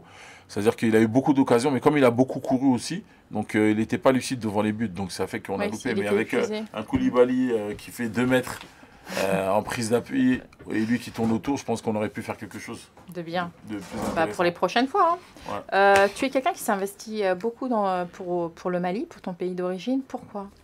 Parce qu'en fait, comme j'ai dit, à l'âge de 11 ans, entre 10 et 11 ans, quand j'étais petit, en fait, quand j'étais là-bas, quand je retourne là-bas, je vois les jeunes et je me vois en eux. Je me dis, bah, il n'y a personne qui s'occupe de moi. Aujourd'hui, quand j'arrive avec des équipements ou avec des ballons ou des cahiers, Ils sont heureux. ils sont heureux comme jamais. C'est pire que si tu me donnes un billet. C'est juste le plaisir de les voir heureux à ce moment-là avec parce rien que, du tout. Voilà, c'est des petits frères en fait. Tu dis, c'est des petits frères, ils n'ont pas. Toi, tu vas là-bas, tu travailles, tu as les moyens, tu peux les rendre heureux, tu peux leur donner la chance et tout ça. Bah vas-y, j'y vais, je fonce. Et quand je suis là-bas, je suis émerveillé parce que je vois le sourire des petits, je vois que les gens échangent. En plus, moi, j'ai une marque de vêtements. Donc, à chaque fois qu'il y a du surplus, bim, on ramène là-bas. Voilà. Mais tu penses que tu as gardé, tu vas souvent là-bas, c'est ce qui t'a permis de ne pas oublier tes racines? Ouais, ça m'a permis de pas oublier mes racines et bien connaître aussi parce que c'est vrai que quand tu vois les images qu'on voit dans les infos et tout ça, oui. c'est pas les mêmes que quand tu es là-bas sur place avec des gens, tu vois, c'est pas la même chose. Bah, tout à fait. Moi d'ailleurs, je me suis rendue au gala pour la paix et on m'a dit, mais Lydie, mais t'es complètement folle d'aller là-bas, quoi. Alors que quand Les gens sur place, d'ici bah, rien Ouais, du tout. rien du Bah tout. oui, on m'a dit, mais t'es complètement Après, folle, il faut c'est pas le savoir que moment. les problèmes qu'il y a, c'est à peu près à 1000 km de Bamako, la capitale où Oui. on va et tout ça. Ah, mais moi là-bas, je me balade un peu deux- partout. Hein. C'est à 200 km de l'Algérie, tu vois, pour t'expliquer entre guillemets, tu vois. C'est vraiment dans... Après, les gens qui n'ont jamais voyagé et qui connaissent Non, que la ils se basent France, sur les images malheureusement, qu'on voit, aux informations. voilà, ils se basent sur sur les C'est infos, pour ça sur ce qu'on leur dit. C'est pour ça qu'on fait la nuit du Mali. Exactement. Et qu'est-ce que je voulais dire? Qu'est-ce que tu aurais à dire aux jeunes d'ici? Tu penses qu'ils vont là-bas et qui justement, avec des gens qui ont 3 fois rien, vont jouer les beaux gosses? Parce que au Mali, par exemple, chaque été, on voit des gens qui viennent ici, qui vivent des fois dans des studios et qui vont faire les seigneurs là-bas. Tu en penses quoi de ce genre de choses? Bah, en fait, Ils font tout le contraire de toi. En fait, toi, tu vas là-bas, tu vas pour donner, pour aider les gens, pour leur donner l'envie d'aller beaucoup plus loin, de s'investir dans les études. Et ces personnes-là vont juste pour s'amuser et pour étaler leur richesse. Alors qu'ici, ils n'ont pas grand-chose. ouais. Après, il faut se mettre à leur place. Vas-y, C'est-à-dire quoi, tu explique. vois? C'est-à-dire que quand tu es en France ici, tout le monde se connaît. Oui. Tout le monde se connaît, tu peux pas dribbler quelqu'un. Je vais pas On sait très mentir. bien, si tu travailles là-bas, tu touches tes 1200, t'es 1200. Maintenant, les gens, ils travaillent, ils économisent. Ils arrivent dans un pays où c'est vraiment pauvre, c'est le franc CFA. Ils ont envie aussi de se montrer et d'être grands, tu vois. Tu peux pas en vouloir à quelqu'un qui arrive et qui a envie de montrer qu'il est à l'aise et que les gens ils regardent une autre image. Donc tu penses que Il c'est est- une attitude normale? Non, j'ai pas dit c'est une attitude. Je t'ai dit, il faut se mettre dans la peau L'empathie. C'est de le la kiff de personne qui rêver fait un ça. petit moment. Mais tu t'imagines quand tu es ici, il n'y a personne qui te regarde. Et alors, j'ai envie de te dire. Mais un mec, peut-être, il a envie d'être désiré, voilà. Et tu te retrouves dans un pays où tu peux être assis, où les gens, oh, lui c'est un patron, ah, on va parler avec toi parce que tu es un patron, tu vas t'approcher, on parle de femmes. La plupart des gens, quand ils font ça, qui font les mails, qui font les trucs, c'est pourquoi? C'est pour être regardé par les filles. Oui ou non? Oui. Bah non, c'est pas oui, c'est sûr. Non, si on se dit la vérité, vous me dites crash, on crache le venin, on crache tout. Voilà, crash, Si vas-y, crash. si les mecs ils vont là-bas, ils font Donc, des c'est pour économies les parce femmes. que ici, quand ils viennent ici, Ils font avec partie 100 des euros, pauvres tu ici, prends pas hein. une bouteille avec 100 euros. Ouais, on est d'accord. Hein. Ok, tu vas au bled avec 80 euros, tu prends ta bouteille. Donc si les mecs ils économisent, Puis un ils groupe de filles ils ont avec. envie de rêver, ils ont envie d'être vus là-bas parce que là-bas c'est pauvre. Je peux pas les en vouloir moi. Mais je peux dire c'est du n'importe quoi, Ouais. économise pour trucs et tout ça, mais ils peuvent pas arriver là-bas. Ouais, mais en vérité, copine, j'ai la jambe cassée, mon pied il est cassé, j'ai pas beaucoup d'argent. Non, j'ai pas dit ça non Va au plus. bistrot, Mais prends ils ton peuvent- whisky et après on Laisse-moi dort. Ils peuvent aussi faire le juste milieu. Non, je suis d'accord avec toi. Je suis Et d'accord. Non, mais aller aider aussi. je suis d'accord avec toi, mais eux, ils vont aider, alors que eux-mêmes, en vérité, ils n'ont pas. Il y en a, ils ont, parce qu'ils font des autres métiers. Eux, oui, je suis d'accord avec toi, ils peuvent aider. Après, je veux dire, ils font d'autres Mais métiers. eux où ça fait aussi rentrer. s'oublient des fois. Non, ils s'oublient beaucoup. Je suis Ah. pas d'accord avec toi, parce qu'il y a deux catégories. Il y a ceux qui économisent et qui travaillent pour aller se faire plaisir, parce qu'ici, même s'ils peuvent sont pas. moches, Voilà. ils n'auront jamais... Non, mais on Ils- dit la vérité. ouais. Ils peuvent pas se faire plaisir en Ils pourront France. pas se permettre- ils pourront pas se permettre d'avoir ce qu'ils ont. Et ceux qui économisent parce qu'ils sont moches quand ils arrivent là-bas, ils regardent pas si t'es moche ou pas. Ils C'est regardent vrai. ce que tu as dans les poches. C'est la gagne. C'est donnant, donnant. Et aujourd'hui, on peut pas. Moi, je peux pas dire à ces gens-là, va pas, parce qu'aujourd'hui, avec ce que les gens ils montrent aujourd'hui au Mali, si eux ils vont pas là-bas pour dépenser, comment les gens ils vont manger? On dit la vérité. Mais c'est pas aussi ces gens-là qui font que certaines personnes qui travaillent pas là-bas, en ne disant pas les réalités, en créant ce rêve, qui est illusoire, on est bien d'accord, donne envie aux gens de venir ici et de prendre des risques inconsidérables pour rien, alors qu'il suffirait de dire la vérité. Voilà, je travaille, mais bon, j'habite dans un petit truc, c'est pas si évident que ça, et de dépenser et de partager, de donner. Tu penses pas qu'il pourrait avoir une politique différente? Tout à fait. C'est pour ça que j'ai envie de créer un festival là-bas quand j'aurai les moyens et tout ça bien, quand j'aurai du temps aussi, créer un festival où il y aura la musique, le sport et tout ça, mais où il y aura ce genre de dialogue. Ceux qui sont partis en France et qui sont revenus, qui connaissent, ceux qui ont envie de partir et ceux qui viennent de là-bas. Pourquoi? Parce qu'aujourd'hui, il y a beaucoup de gens qui sont venus. Quand ils sont arrivés ici, ils sont dégoûtés et ils sont repartis. Oui, tout Donc, à fait. ça veut dire qu'à un moment donné, il faut qu'ils comprennent. Tu vois, c'est comme quand je t'expliquais, par exemple, là, quand je parle de mon parcours, je ne peux pas dire à un jeune, arrête tes bêtises, arrête de faire ça, arrête de vendre, arrête de faire ça. Tu ne vas pas dire. Tu vas lui dire, attention, il va t'arriver ça, à tel moment. Et quand ils vont arriver ça, ils vont voir la lumière rouge, il va avoir une ping dans la tête, il va dire, bon, c'est mieux d'aller à droite ou à gauche. Je veux faire quoi dans ma vie? C'est ça. Donc là, tu sais, quand les gens ils vont là-bas, ils flambent, ils reviennent, eux, il faut qu'ils comprennent. Qui va leur expliquer? Comment toi, tu vas leur dire qu'en fait, lui, il n'a pas d'argent? Il est là-bas, ils vont faire, là-bas, j'ai vu la télévision, il y a le soleil, c'est là-bas, tu viens, truc. En plus, tous les Parisiens, quand ils arrivent, ils ont l'argent, ils ont les motos, ils ont tous les femmes. Moi aussi, j'ai envie d'être parisien. Ouais, je suis d'accord. Mais malheureusement, c'est des gens comme ça qui tombent dans des cas comme en Libye. Je suis d'accord avec toi, mais normalement, ça ne devrait pas exister, ça. Ça ne devrait pas exister. Ok, mais, ça ne devrait pas exister. Les gens, la diaspora française qui part là-bas, ou d'ailleurs, qui part là-bas, pour moi, cautionne un peu ça. Par le rêve, par le mensonge, mais tu veux qu'ils fassent quoi, en fait? C'est pas des politiciens. Déjà, eux, ils essaient de survivre. Eux, ils essaient de survivre. C'est des gens qui sont ici, comme je t'ai expliqué, ils n'ont pas la mentalité à se dire « Ah, je vais travailler pour un pays ou je vais travailler pour un tel. » Eux, déjà, ils essaient de survivre. Tu t'imagines? Eux, maintenant, ils doivent penser comme nous. Moi, aujourd'hui, peut-être... Mais ces gens-là, ils essaient de survivre, mais ils ont déjà la chance d'aller en vacances. Ouais. Moi, je pense qu'avec tout ce qui se passe en ce moment, parce qu'on regarde bien, on a tous les réseaux sociaux, les actualités, je pense qu'il est temps, comme tu dis, peut-être que personne ne l'a fait, mais justement, c'est tout à ton honneur si tu arrives à le faire. Il est temps d'ouvrir, de faire quelque chose pour informer les gens et que ça se stoppe une bonne fois pour toutes. Il y a des centaines de femmes qui se prostituent, enfin qui sont maintenues esclaves, prostituées en Libye. Il y en a d'autres qui sont laissées abandonnées dans des déserts. Je pense qu'il est temps d'éradiquer tout ça. Ouais, je suis d'accord avec toi. Mais après, tu sais, nous, aujourd'hui, on a la chance, on peut parler donc des choses et tout ça. Il y en a, ils n'ont pas cette chance-là. Après, nous, on a la chance de pouvoir vivre Il y en a, demain, ils ne savent même pas ce qu'ils vont manger. Tu vois? C'est pour ça que c'est difficile, en fait, chacun son auteur. C'est pour ça qu'aujourd'hui...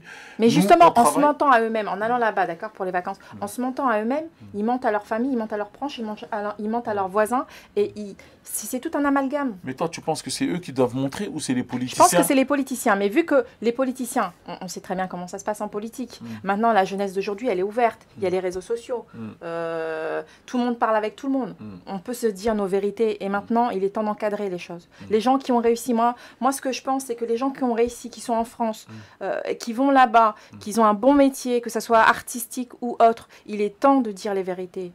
Il est temps de dire non, c'est pas comme ça. Après, je ne dis pas qu'il y en a qui vont pas tenter, mais peut-être moins. Et ça risque pas d'être à double tranchant pour les personnes qui, parce que en faisant ça, tu vas cracher indirectement sur la France. Enfin, tu vas pas dire tu vas dire le côté un peu sombre. Mais la France, de toute façon, et peut-être que l'artiste a peur ou la personne a peur de se griller aussi auprès de la France, parce que ça doit être à double tranchant, ça aussi. À un certain niveau, je pense que tu peux te permettre de dire certaines choses. Après, c'est en ton âme et conscience. Si tu es arrivé dans une certaine catégorie de poids lourd, je pense que tu peux parler librement sans qu'il y ait de retombées négatives. Après, il y a le côté business derrière, et je pense que ceux qui gèrent les choses, ils sont pas dupes et ils savent où est leur intérêt. Ouais, attention, d'un côté, je le comprends, hein, tu vois bien, on a vu, je sais pas si tu as vu à la télévision, quand le mec qui parlait trop, il était un truc, ils sont partis chercher dans une ambassade, ils l'ont découpé, il est parti, il n'existe pas. Non, nous, on peut se permettre, parce qu'on n'est rien, tu vois. Demain, si on était quelqu'un d'important, ils auraient pu t'éliminer. Moi, ils vont m'entendre ma voix, après, ils vont plus me voir. Tu vois, c'est-à-dire que toi, tu es en train de dire des vérités, mais derrière ces vérités, moi, je crache. Il y a des crash. C'est-à-dire que déjà, avant ça, maintenant, on peut parler du franc, du franc CFA. Ça sera pas prêt d'ici 2 ans. Hein, non, mais c'est pas ça, le franc CFA, il est où? Non, mais il est où? Il est dans un village ici, en France. Non, mais c'est pour t'expliquer, juste pour dire, il y a plein de trucs. En fait, les jeux sont truqués en vérité, si on parle français. Mais voilà, non, mais les jeux sont moi, je dis, les jeux sont truqués. Après, maintenant, tout le monde sait que les jeux sont truqués. Pas tout le monde, ceux qui sont qu'ils ont vécu un peu, ils savent que les dés sont truqués. On sait très bien comment ça se passe. C'est que du business, même les gens qui sont là, bien habillés, avec la cravate, tout ça, on sait que derrière, ils sont en train de manipuler. C'est que de la manipulation sur manipulation. T'as vu? Aujourd'hui, c'est les médias qui décident qui fait quoi, tout ça. Aujourd'hui, je te donne un exemple. Une personne comme moi, qui s'appelle Jérôme, qui a fait autant de choses et tout ça, il sera à la télévision. Mais aujourd'hui, moi, tu vas me ramener pourquoi à la radio? Tu ne peux pas rigoler sur moi. Je ne suis pas Joey Star. Oui, non, mais c'est pour t'expliquer. Je n'ai pas tué des gens. Je vais faire quoi? Quand tu vas me ramener, tu vas me donner que de la force à moi. Tu ne pourras pas prendre de la force sur moi en vérité. T'as compris? Parce que moi, je me tire direct dessus. Je te dis tous mes défauts, je déballe direct. Il s'auto-flagelle. J'ai ça, bam. Il n'y a pas le temps. Non, c'est vrai. C'est-à-dire qu'aujourd'hui, je serai un exemple pour les jeunes qui commencent, qui sont de la banlieue, qui grandissent dans la banlieue, qui sont un peu perdus, je peux leur donner des conseils. Des gens qui n'ont pas fait d'études, qui sont dans le truc, je peux leur donner. Mais ils vont gagner quoi en fait, en mettant un mec comme moi devant la lumière, ils vont gagner quoi? Ils vont gagner le risque que les gens commencent à s'éveiller et à voir la vérité. Ça les arrange pas. Donc, mais clairement, diviser pour mieux régner, et de toute façon... C'est pas intéressant. Donc moi-même, je sais que j'ai un problème. Ouais, ça sent. Mais attendez, j'ai pas fini. On va te changer la couche aussi. Il faut la changer vite. Qu'as-tu pensé justement du meurtre de Mamadou Barry, ce jeune Guinéen victime d'un acte odieux d'ailleurs? Ce meurtre a mis le feu aux poudres. Suite, on a dit que c'était un Maghrébin, ensuite on a dit que c'était un Turc. Et finalement, on a eu l'impression que c'était un peu emmitouflé parce qu'on a eu peur des émeutes dans les rues.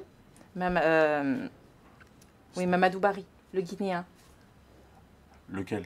Celui qui a fait une thèse sur l'Afrique, sur les richesses, l'uranium. Ah, j'étais pas là. J'étais pas là quand tu n'en as pas entendu parler? Si, j'en ai entendu parler, mais j'étais au Mali et j'ai vu beaucoup de Alors, je t'explique vite fait. J'ai vu beaucoup de personnes qui ont posté et je me demandais, parce que j'étais au village là-bas et je me demandais c'était quoi. Et quand je suis arrivé, je pense que l'affaire s'est éteinte parce que ça a duré. Moi, j'ai duré plus de 10 jours là-bas. En fait, il s'est fait. On peut dire que c'est un assassinat. Il s'est fait tuer, soi-disant par. Au début, on avait dit que c'était un Maghrébin. Les journalistes avaient dit un Maghrébin, un supporter. C'était durant la CAN. Et ensuite, après, on nous a dit que c'était un Turc. C'était en France. C'était vers où? Tu peux rappeler les faits exactement? En fait, un supporter durant la CAN, ils étaient dehors, il était en voiture avec sa femme et sa fille, et un supporter, lui a mal parlé, il est sorti en lui disant pourquoi il lui parlait comme ça. Ça a chauffé entre eux, il a eu un mauvais coup, il en est mort, et apparemment, la personne en question lui aurait dit de toute façon, t'es qu'un sale noir, c'était durant la période de la CAN. En fait, les esprits étaient chauffés parce que c'était des pays contre d'autres pays, tu sais, d'Afrique. Et du coup, ils ont eu peur qu'il y ait des émeutes sûrement Afrique-Maghreb. Donc, ça a été un peu camouflé. Mais on dit aussi que... Alors, il y a la théorie du complot. Un peu comme pour Notre-Dame, on avait dit que peut-être on y avait mis le feu. Il y a la théorie du complot, parce qu'il s'avère que Mamadou Barry était quelqu'un qui avait fait la fac et qui avait fait une thèse. Il venait de terminer sa thèse sur les richesses qu'il y avait en Afrique, sur l'uranium, le pétrole. Et sa thèse démontrait que en fait, les pays d'Afrique pouvaient s'autosuffire pendant des années qu'ils n'avaient pas besoin du panafricaniste. Donc, ça a fait polémique. T'en penses quoi? C'est complot ou pas pour toi? Je peux pas te dire parce qu'en fait, j'ai pas été là-bas, j'étais pas là-bas et c'est compliqué. Je vais faire comme les journalistes, je vais prendre une information et je vais donner mon idée. C'est pas ça. C'est vrai que quand tu as un problème, il faut vraiment connaître les deux sujets et les deux problèmes exactement. Quand tu n'es pas sur place, tu ne peux pas savoir. Je suis d'accord avec toi. Tout ce que moi je voudrais souligner, c'est quand même qu'il a fait quand même cette thèse et que ça tombe à ce moment-là. Ça peut être un accident, comme ça peut être un complot. Mais si c'est un complot, ils vont pas dire que c'est un complot. Si c'est un complot, ils vont camoufler en accident. C'est ce que je viens de dire depuis tout à l'heure. Non, mais moi je suis en train de te dire si vraiment, voilà, maintenant tu peux pas exactement savoir parce qu'on n'était pas sur place, on connaît pas moi je connais pas très bien le monsieur qui a arrivé ça, donc je peux pas en vérité m'avancer. Donc on pourra en parler mais jamais savoir réellement parce que si c'est vrai, ils le camoufleront jusqu'à la fin. Ça dépend en fait de ta situation, comment tu te trouves, tu vois, comme j'ai expliqué. Et c'est une histoire compliquée, on va pas se mentir, mais on sait tous qu'aujourd'hui, quand tu parles d'Afrique et tu commences à démontrer des thèses et tout ça, il y a toujours des problèmes. Quand tu commences à parler de ça, peut-être votre radio va fermer, hein. Non, mais c'est pas grave. Non, pas, c'est d'accord. Et d'ailleurs, sa thèse, elle est quelque part parce qu'il a rédigé cette thèse. Ils en ont pas parlé. Peut-être qu'un jour elle sortira ou alors. Oui, sa famille sûrement, elle va sortir. De toute façon, il l'avait fini sa thèse. Hein. Ouais, donc. Démontré par A plus B. Hein. En fait, c'est une tête. L'Afrique a perdu une tête. Tu vois, c'était vraiment une tête. Ouais, d'accord. Alors, et aussi, ça nous fait rebondir sur le sport. Tu vois, il y a eu le problème avec Lilian Thuram, c'est un ancien sportif. Le cas Mamadou Barry, c'est aussi lors de la CAN, du côté un peu... Comment ça se fait qu'en ce moment, tout se passe autour du sport? Normalement, le sport, c'est censé être jovial, un échange, mais il y a beaucoup de choses en ce moment qui se passent autour de ça. Est-ce qu'on ne mélange pas le côté politique maintenant avec le jeu? De toute façon, la politique, c'est quoi? La politique, c'est le pouvoir. Le pouvoir, c'est quoi? C'est le sport, la musique, c'est les associations. Aujourd'hui, les gens qui sont les plus forts, c'est ceux qui ont les associations et qui œuvrent dans leur ville, qui ramènent beaucoup d'adhérents parce que les adhérents, ça permet de pouvoir mettre quelqu'un au pouvoir. Donc l'union fait la force. C'est ça que nous, on n'a pas compris en fait. Nous, dès qu'il y a quelqu'un qui réussit, on essaie de s'écarter et dire « Ah, lui, il est mauvais, lui, c'est un voleur, c'est un truc. » Donc on n'arrivera jamais, quand il y a des vrais problèmes qui arrivent, un des frères ou un truc comme ça, à trouver l'union. C'est à ce moment-là qu'on essaie de créer l'union, de faire des trucs et tout ça. Mais c'est trop tard. C'est trop tard. Regarde, moi j'ai vécu, c'est pour ça que je te dis avec l'expérience qu'on a, j'ai vécu des polémiques où aujourd'hui il y a des associations, ils étaient près de la mairie, tu veux faire ton concert et t'annules. Tu bouges même pas, ils sont déjà là, eux. Le maire, il veut pas, tu vas sauter. Saute. Qu'est-ce qu'il y a? Pas de truc. L'électricien, il a mis le feu. Il y a une fuite de gaz. Ferme. Aujourd'hui, c'est pas possible. Tu vois ce que je veux dire? Donc, c'est ça, c'est l'union en fait. C'est l'union qui fait la force. Donc, tu veux dire qu'en fait, c'est plein de corruption? Quoi? C'est plein de corruption. On peut te faire fermer, on peut trouver un système pour pas que tu te produises. Donc, Tu as regardé le maire de Levallois? Oui, c'est ce que j'allais dire. Balkany, il est là. T'as vu Balkany, je l'ai. T'as vu, comment ça s'appelle? Casuas? Casuac, je sais pas quoi. Casuac, comment ça s'appelle? Je sais plus même. Casuac. Ouais, ça finit par hack, t'as raison. Cadillac ou un truc comme ça. Bon, c'est lui qui crée. Cadillac. Cadillac, il est parti en Cadillac avec l'argent. C'est lui qui a créé. Cahuzac. D'ailleurs, comme tu parles de Balkany, on va y venir tout de suite. Balkany, t'en as pensé quoi? Le fait qu'il dise. Mais je ne regarde même pas les politiciens, je te dis la vérité. Tu regardes pas les réseaux? Non, je regarde pas. Surtout quand je regarde les réseaux, alors, c'est pour écouter un son ou pour regarder un effet ou quand il y a la guerre là-bas ou quand il y a un truc comme ça. Mais ces gens-là, quand je m'arrête BFM, sinon je regarde pas. Je te dis la vérité. Il a dit à quelqu'un qui porte une association, une grande association d'ailleurs, de toute façon, rentrez chez vous dans le 93, ici on est à Levallois. Un poteau. C'est dans le 93 la merde. Et en plus, c'était en direct, il était filmé, malheureusement pour lui. Bah, tu sais, avec les portables maintenant. Ouais. 9-3. 9-3. Alors, c'est le maire de Levallois qui est Kaira. Attention. Ils sont partis là-bas. C'était en direct. On a vu le maire de Levallois pousser carrément les gens et tout. Ils n'ont pas réagi. Heureusement pour eux d'ailleurs. Ils n'ont pas réagi. Et on voit le maire dire rentrez chez vous dans le 93, c'est dans le 93 la merde. Le problème, c'est qu'il a tellement été pendant des années intouchable que là, maintenant, il y a tout qui va lui tomber dessus, frère. Mais je t'explique, tu sais, tu montes quand tu. Comment on dit ça encore? Un bien mal acquis. Bien mal acquis ne profite jamais. Voilà, tu connais le proverbe. Ouais. Je suis en train de réfléchir sur le proverbe. Donc, c'est comme ça. Et d'ailleurs, je rappelle que vous êtes sur IRM pour Radio, il est midi 26, vous êtes dans Crash ton venin avec le Wati Boss, Dawal. Crash, on a trop craché. Ouais. Je voulais parler de Marine, on n'a pas fini, attends. On a parlé des Noirs et tout. Alors, Marine Le Pen s'est exprimée en disant qu'il y avait un racisme en France anti-blanc. Ça te parle? Moi, je l'écoute pas, ça fait longtemps. Ta fille, ça te parle? Moi, ça me fait rire. Alors, attends, on va demander à ta fille. Oui. Est-ce que toi, tu as déjà vécu un racisme anti-blanc? Est-ce que tu vis en France, t'es blanc? On va dire ça. En toute franchise, pas du tout. Pas du tout, mais attends, mais ça existe quand même des personnes sur l'énervement, à force de prendre des coups, qui vont dire oui, sale quelque chose d'autre que ça va, à force de prendre des coups, tu finis par en donner. Tu vois, en fait, nous, on déteint facilement sur les personnes avec qui on vit en vérité. Tu vois. Donc ça veut dire que si demain il y a trop de racisme, donc les mecs et on va essayer de se défendre. Et je te disais, c'est peut-être pas la meilleure solution. Je disais, la solution, c'était de montrer. C'est de pas agir. Non, c'est de montrer en vérité qu'on n'est pas sale, que tu es propre, tu vois. Bah, c'est ce qu'ils ont fait avec Balkany. Ils n'ont pas bougé. C'était très bien. Balkany. Ouais. Mais avec Marine. Ils ont bougé. Tu sais, il y a plein de gens qui ont des réactions. Après, je peux comprendre, tu vois. Moi, c'est facile parce qu'aujourd'hui, j'ai appris beaucoup, j'ai de l'expérience. Mais même moi, je peux craquer. Je te dis la vérité, mais moi, je peux craquer. Mais la plupart des gens, quand ils me voient, moi, j'aime pas trop les noirs, mais toi, Dawala, je t'aime bien. Ça, c'est horrible. Ah non, mais c'est la pire des choses. Mais c'est déjà arrivé, ça. C'est horrible. Moi Mais aussi, toi, j'y t'es ai pas droit. comme les autres, tu vois. C'est horrible. T'es pas comme les autres. Tu vois ce que je veux dire, Ouais, ou c'est pas? horrible. Moi, ils savent pas je suis quoi. Parce que voilà, je suis Dawa, tu vois. Il y a des gens qui te connaissent pas, ils sont dès qu'ils voient, ils se disent ah ça va, tu vois ce que je veux dire, c'est pas la même chose. Non, mais clairement. Donc voilà, tu vois. Après, en fait, ils ont trop l'image du noir pauvre, du noir qui peut pas faire ces choses. Donc, dès qu'ils me voient, ils voient pas la même personne. Je sais pas comment t'expliquer. Ça me fait penser à. Ils se fient au début à ce qu'ils voient en premier, ta couleur, genre. Et Donc après, ils ont leur stéréotype dans la tête qui vient direct. Et dès qu'ils apprennent que c'est le boss de Watibé ou autre chose, ils voient le côté, en fait, le mec, il a réussi, c'est un businessman, donc Il est plus noir. ils oublient, voilà, il est plus noir. Ça me fait penser un peu à ce que N'importe quoi. Claude Mais c'est Iciard con. à ce que Claude Iciard dit. Il dit effectivement, il dit tout ce que tu viens de dire, Claude Iciard. Il le répète constamment. Ouais, après, c'est comme ça aussi. Après, il faut faire attention, tu vois, quand tu es une personnalité, ben, comme tu as dit sur Thuram, c'est bien parce que il a su se développer, il a su développer ses dires, c'est-à-dire, il a dit non. Et il a réagi tout de suite. Il a dit non, moi je parle, arrête, commence pas à prendre de la pub sur moi, il va te dire. Il va dire non, moi, c'est par rapport aux supporters et des cris de singe. Exactement, il a réagi directement. Et après, maintenant, les médias qui ont fait ça, ils se trouvent bêtes. Ah, ben on a fait ça, mais en fait, on aurait dû aller plus approfondir la question. Ils veulent vendre, ils veulent faire des titres. Ben non, il y a eu Pierre Ménez aussi, un journaliste sportif qui s'est plaint aussi du racisme anti-blanc.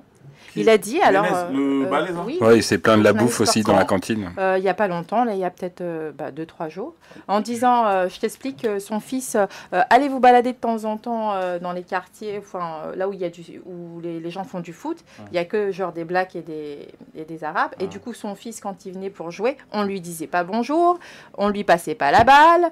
Et après, lui-même, il dit que son fils, il jouait comme un pied. Donc, s'il a le corps de son père. Donc de là, on peut peut-être comprendre pourquoi on lui passait pas la balle. Non, mais c'est même pas ça. Même moi, Dawala, quand je suis arrivé Nioro, on me passait pas la balle. Voilà. C'est pas du racisme, je m'appelle Dawala par rapport à ça. Mais je crache. Tu dis que de la merde. On m'appelait Dawala. Awara. Je leur disais aux gens Wara, Wara. Ça veut pas dire qu'ils m'aiment pas. Il y avait des Arabes, il y avait tout. Tu vois, je veux dire ou pas. C'est pour ça que je m'appelle Dawala. Donc voilà, si t'entends, tu dis que de la merde. Passez-lui le message. C'est Dawala. Que de la merde. Alors, il y a eu aussi, tiens, je vais parler des Gilets jaunes. Pendant plusieurs mois, ils ont manifesté. Tu pensais qu'ils étaient dans leur bon droit? Les droits, franchement. Vas-y. Non, après, t'es français. Moi, non, c'est pas ça. Peu. C'est que, t'as vu, il y a des situations où il faut vraiment se mettre dans la situation. Le mec qui touche un salaire. Et à la fin, il lui reste 50 euros pour se nourrir. Des fois 10 il a euros, des enfants et tout ça. Quand tu lui retires 10 euros ou même 5 euros, c'est une catastrophe. Ouais. Là, on va pas se mentir. C'est pour ça que... Voilà. Mais après, maintenant, toi, il faut que tu te mettes dans cette situation pour comprendre les choses. Non, on peut pas se mettre dans cette situation-là, on va pas se mentir. Mais on peut aider parce qu'on vient là-bas. Comme Black M, il a dit, sur un gilet jaune avec des billets violets. Ah ben voilà, bravo, mais t'as compris. C'est un gilet jaune, c'est vrai, avec des, tu vois, il a mis dans une station dans Bon, il a dit je suis un gilet jaune avec des, parce qu'on vient tous de là-bas. Donc aujourd'hui, tout le monde aujourd'hui, comme j'ai expliqué, c'est la politique qui gère tout. C'est-à-dire que chacun regarde midi à sa porte. C'est ça qui est relou en vérité, tu vois. Aujourd'hui, par exemple, moi, je vais arriver, je vais me faire arrêter. Je vais me faire arrêter à... Tu vois, je kiffe. Je vais me faire arrêter. Payer les impôts. Pour les impôts, c'est pour payer les armes, les costumes, mon chômage, les tout ça. Non, mais pas ça. C'est pour tu contribues. On contribue beaucoup. Tu sais, quand tu gagnes, tu contribues beaucoup.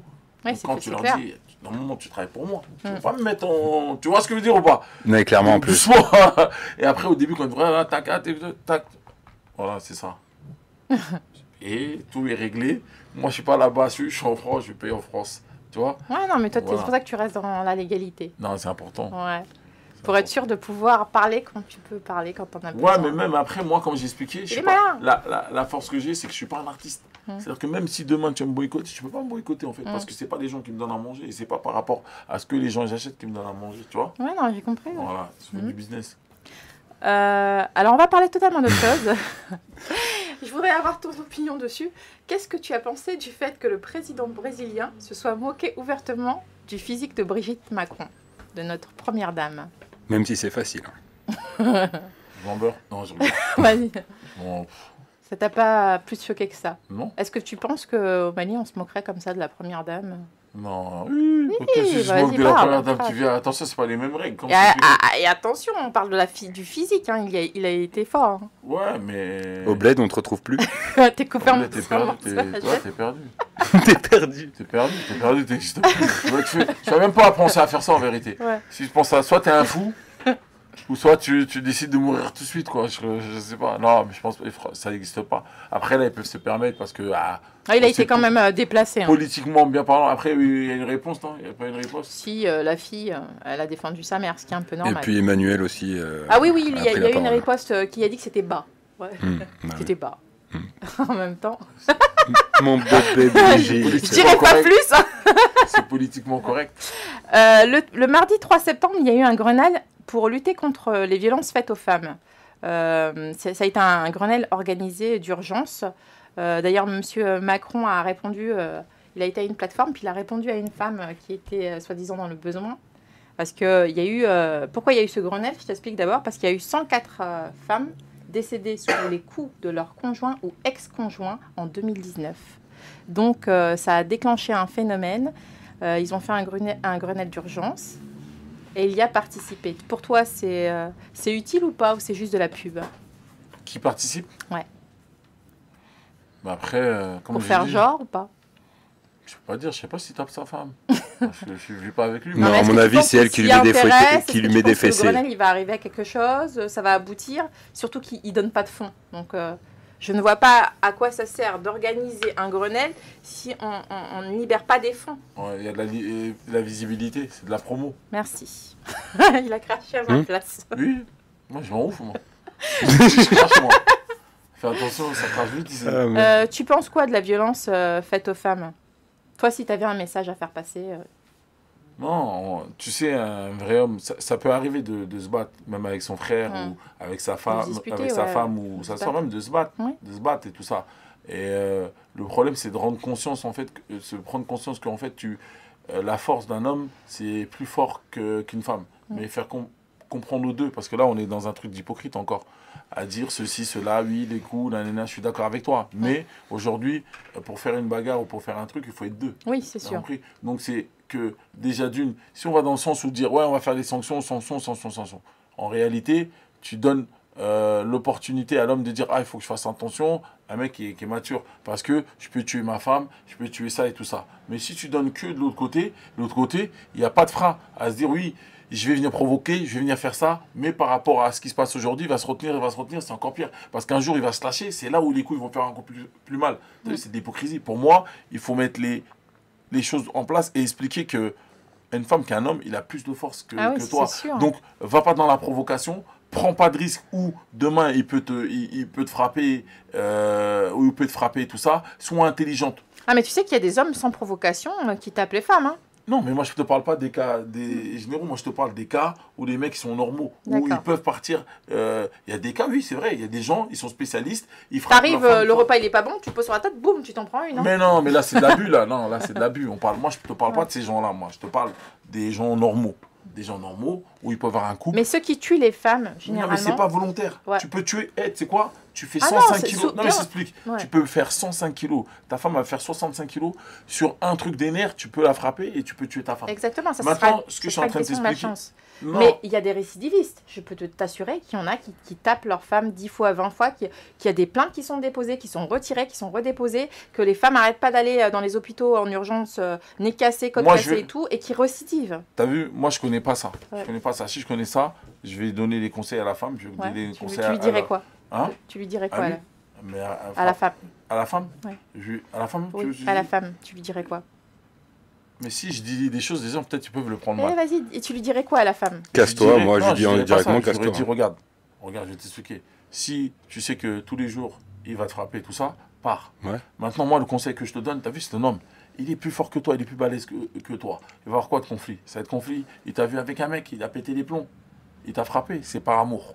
et ta frère prépare amour, fais pas ça, ou quand tu fais ça, va au commissariat directement, comme ça au moins le mec... Non mais tu vois, c'est-à-dire te trouve pas dans un coin où tu sais que le mec il va apprendre... Non, mais, où le mec il va apprendre que tu l'as trompé, il va péter les plombs parce qu'il est amoureux de toi, il va revenir... C'est ça où je te parle, des trucs comme ça. D'accord, tu parles d'un cas particulier. Je parle des cas... Non, c'est des cas réels, c'est pas particulier. Non, ça a l'air de lui être arrivé. Non, c'est pas ça. Il a été cocu et... C'est pas ça, je suis en train de t'expliquer pourquoi les gens ils peuvent changer... Pourquoi, comment, pour moi, à quel moment un homme peut frapper une femme? Je sais pas qu'il a le droit de frapper une femme, mais à quel moment, en fait, il se contrôle plus lui-même. Ouais, je vois clairement. C'est des moments d'amour, parce qu'il y a des moments, même la femme va tromper l'homme, et au lieu d'aller le frapper, il va se suicider. On a vu des cas comme ça, non. Maintenant, il faut voir. Après, je te parle pas des gens qui sont malades. Ou, comme je t'ai dit, ouais, t'as pas mis la chaussure à droite. Badam. Mais non, là, je suis pas d'accord. Voilà. Ouais, ces gens-là, direct enfermés. Non, parce que tous les cas ne sont pas pareils. Donc, c'est-à-dire que quand tu parles de ça, il faut regarder cas par cas. Moi, je sais pas. Tu me dis, il y a 119 personnes qui sont mortes. Je sais pas pourquoi c'est mort, si c'est tromperie. 104 femmes. 104 femmes qui sont mortes. Je sais pas si c'est de la tromperie. Qu'est-ce qui s'est passé? Parce qu'après, derrière... Bah, t'as des femmes qui veulent divorcer et leurs conjoints ne veulent pas, tout simplement. T'as plein de cas. Ils veulent divorcer. C'est-à-dire maintenant, si tu veux divorcer, tu sais que ton mari, il est difficile. Essaie de voir si tu as des frères, essaie de voir s'il a des potes, voilà, essaie de voir s'il a des trucs et tout ça pour faire à l'amiable, pour pas que ça pète, tu vois. Pourquoi tu veux divorcer, tu vois? C'est-à-dire qu'en fait, avant ça, c'est comme un... Je pense qu'il faut éteindre le feu. C'est comme un divorce, c'est comme une guerre. Tu sais, quand il y a une guerre, et la guerre, c'est la guerre. Tu sais que l'autre, il est plus puissant que l'autre et tout ça. Mais avant de faire la guerre, on trouve un truc où... On va trouver un truc où il y a la paix. Tu vois ce que je veux dire ou pas? Où il y a un compromis, où il y a des situations, il y a des parents, il y a des gens qui sont autour, il y a des gens qui peuvent parler à d'autres gens. Ça sert à rien du tout. Quand on est arrivé là, en fait, il faut faire de la prévention. Moi, je pense que, tu as vu, les associations, au lieu de venir et de dire, oui, les hommes, ils ont frappé, ils tuent les gens, là. Oui, il y a des gens qui c'est des fous. Il faut les mettre en prison. Allez, mettez-les en prison.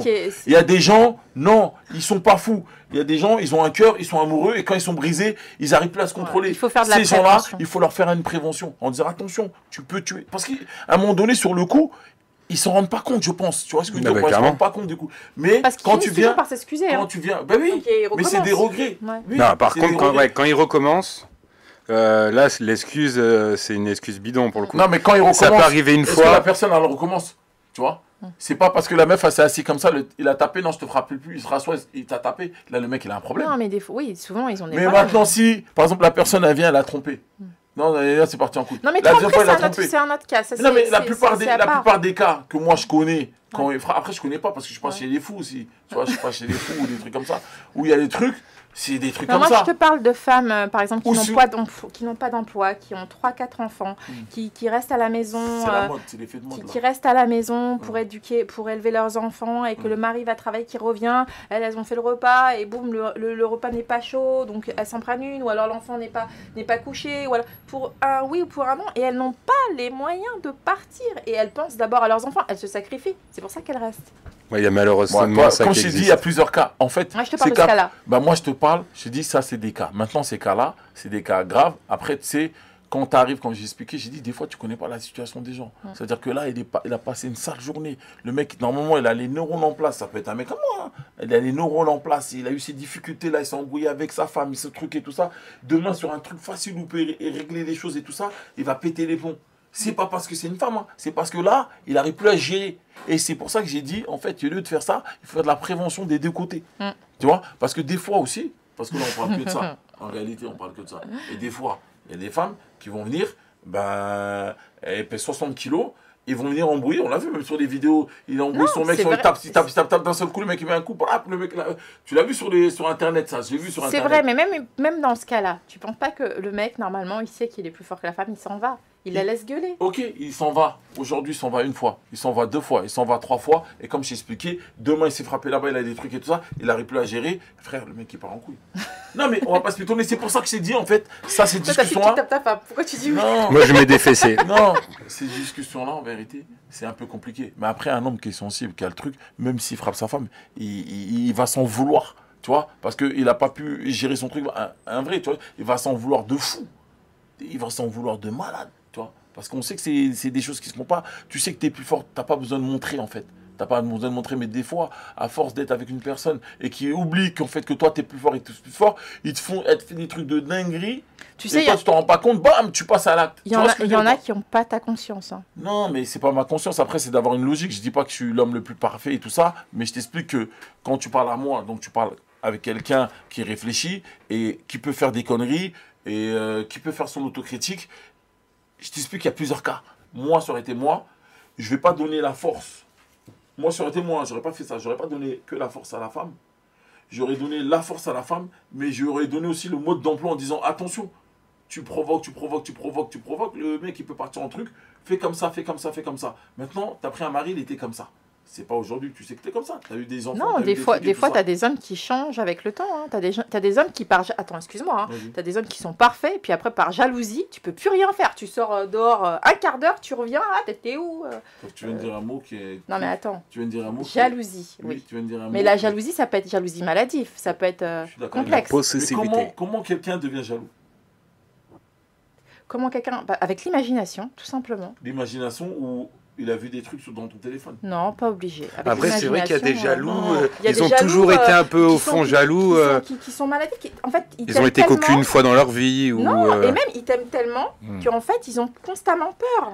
Même si, par exemple, tu vas te balader, tu es avec ta sœur, ils ont constamment peur. Ça existe, ça aussi.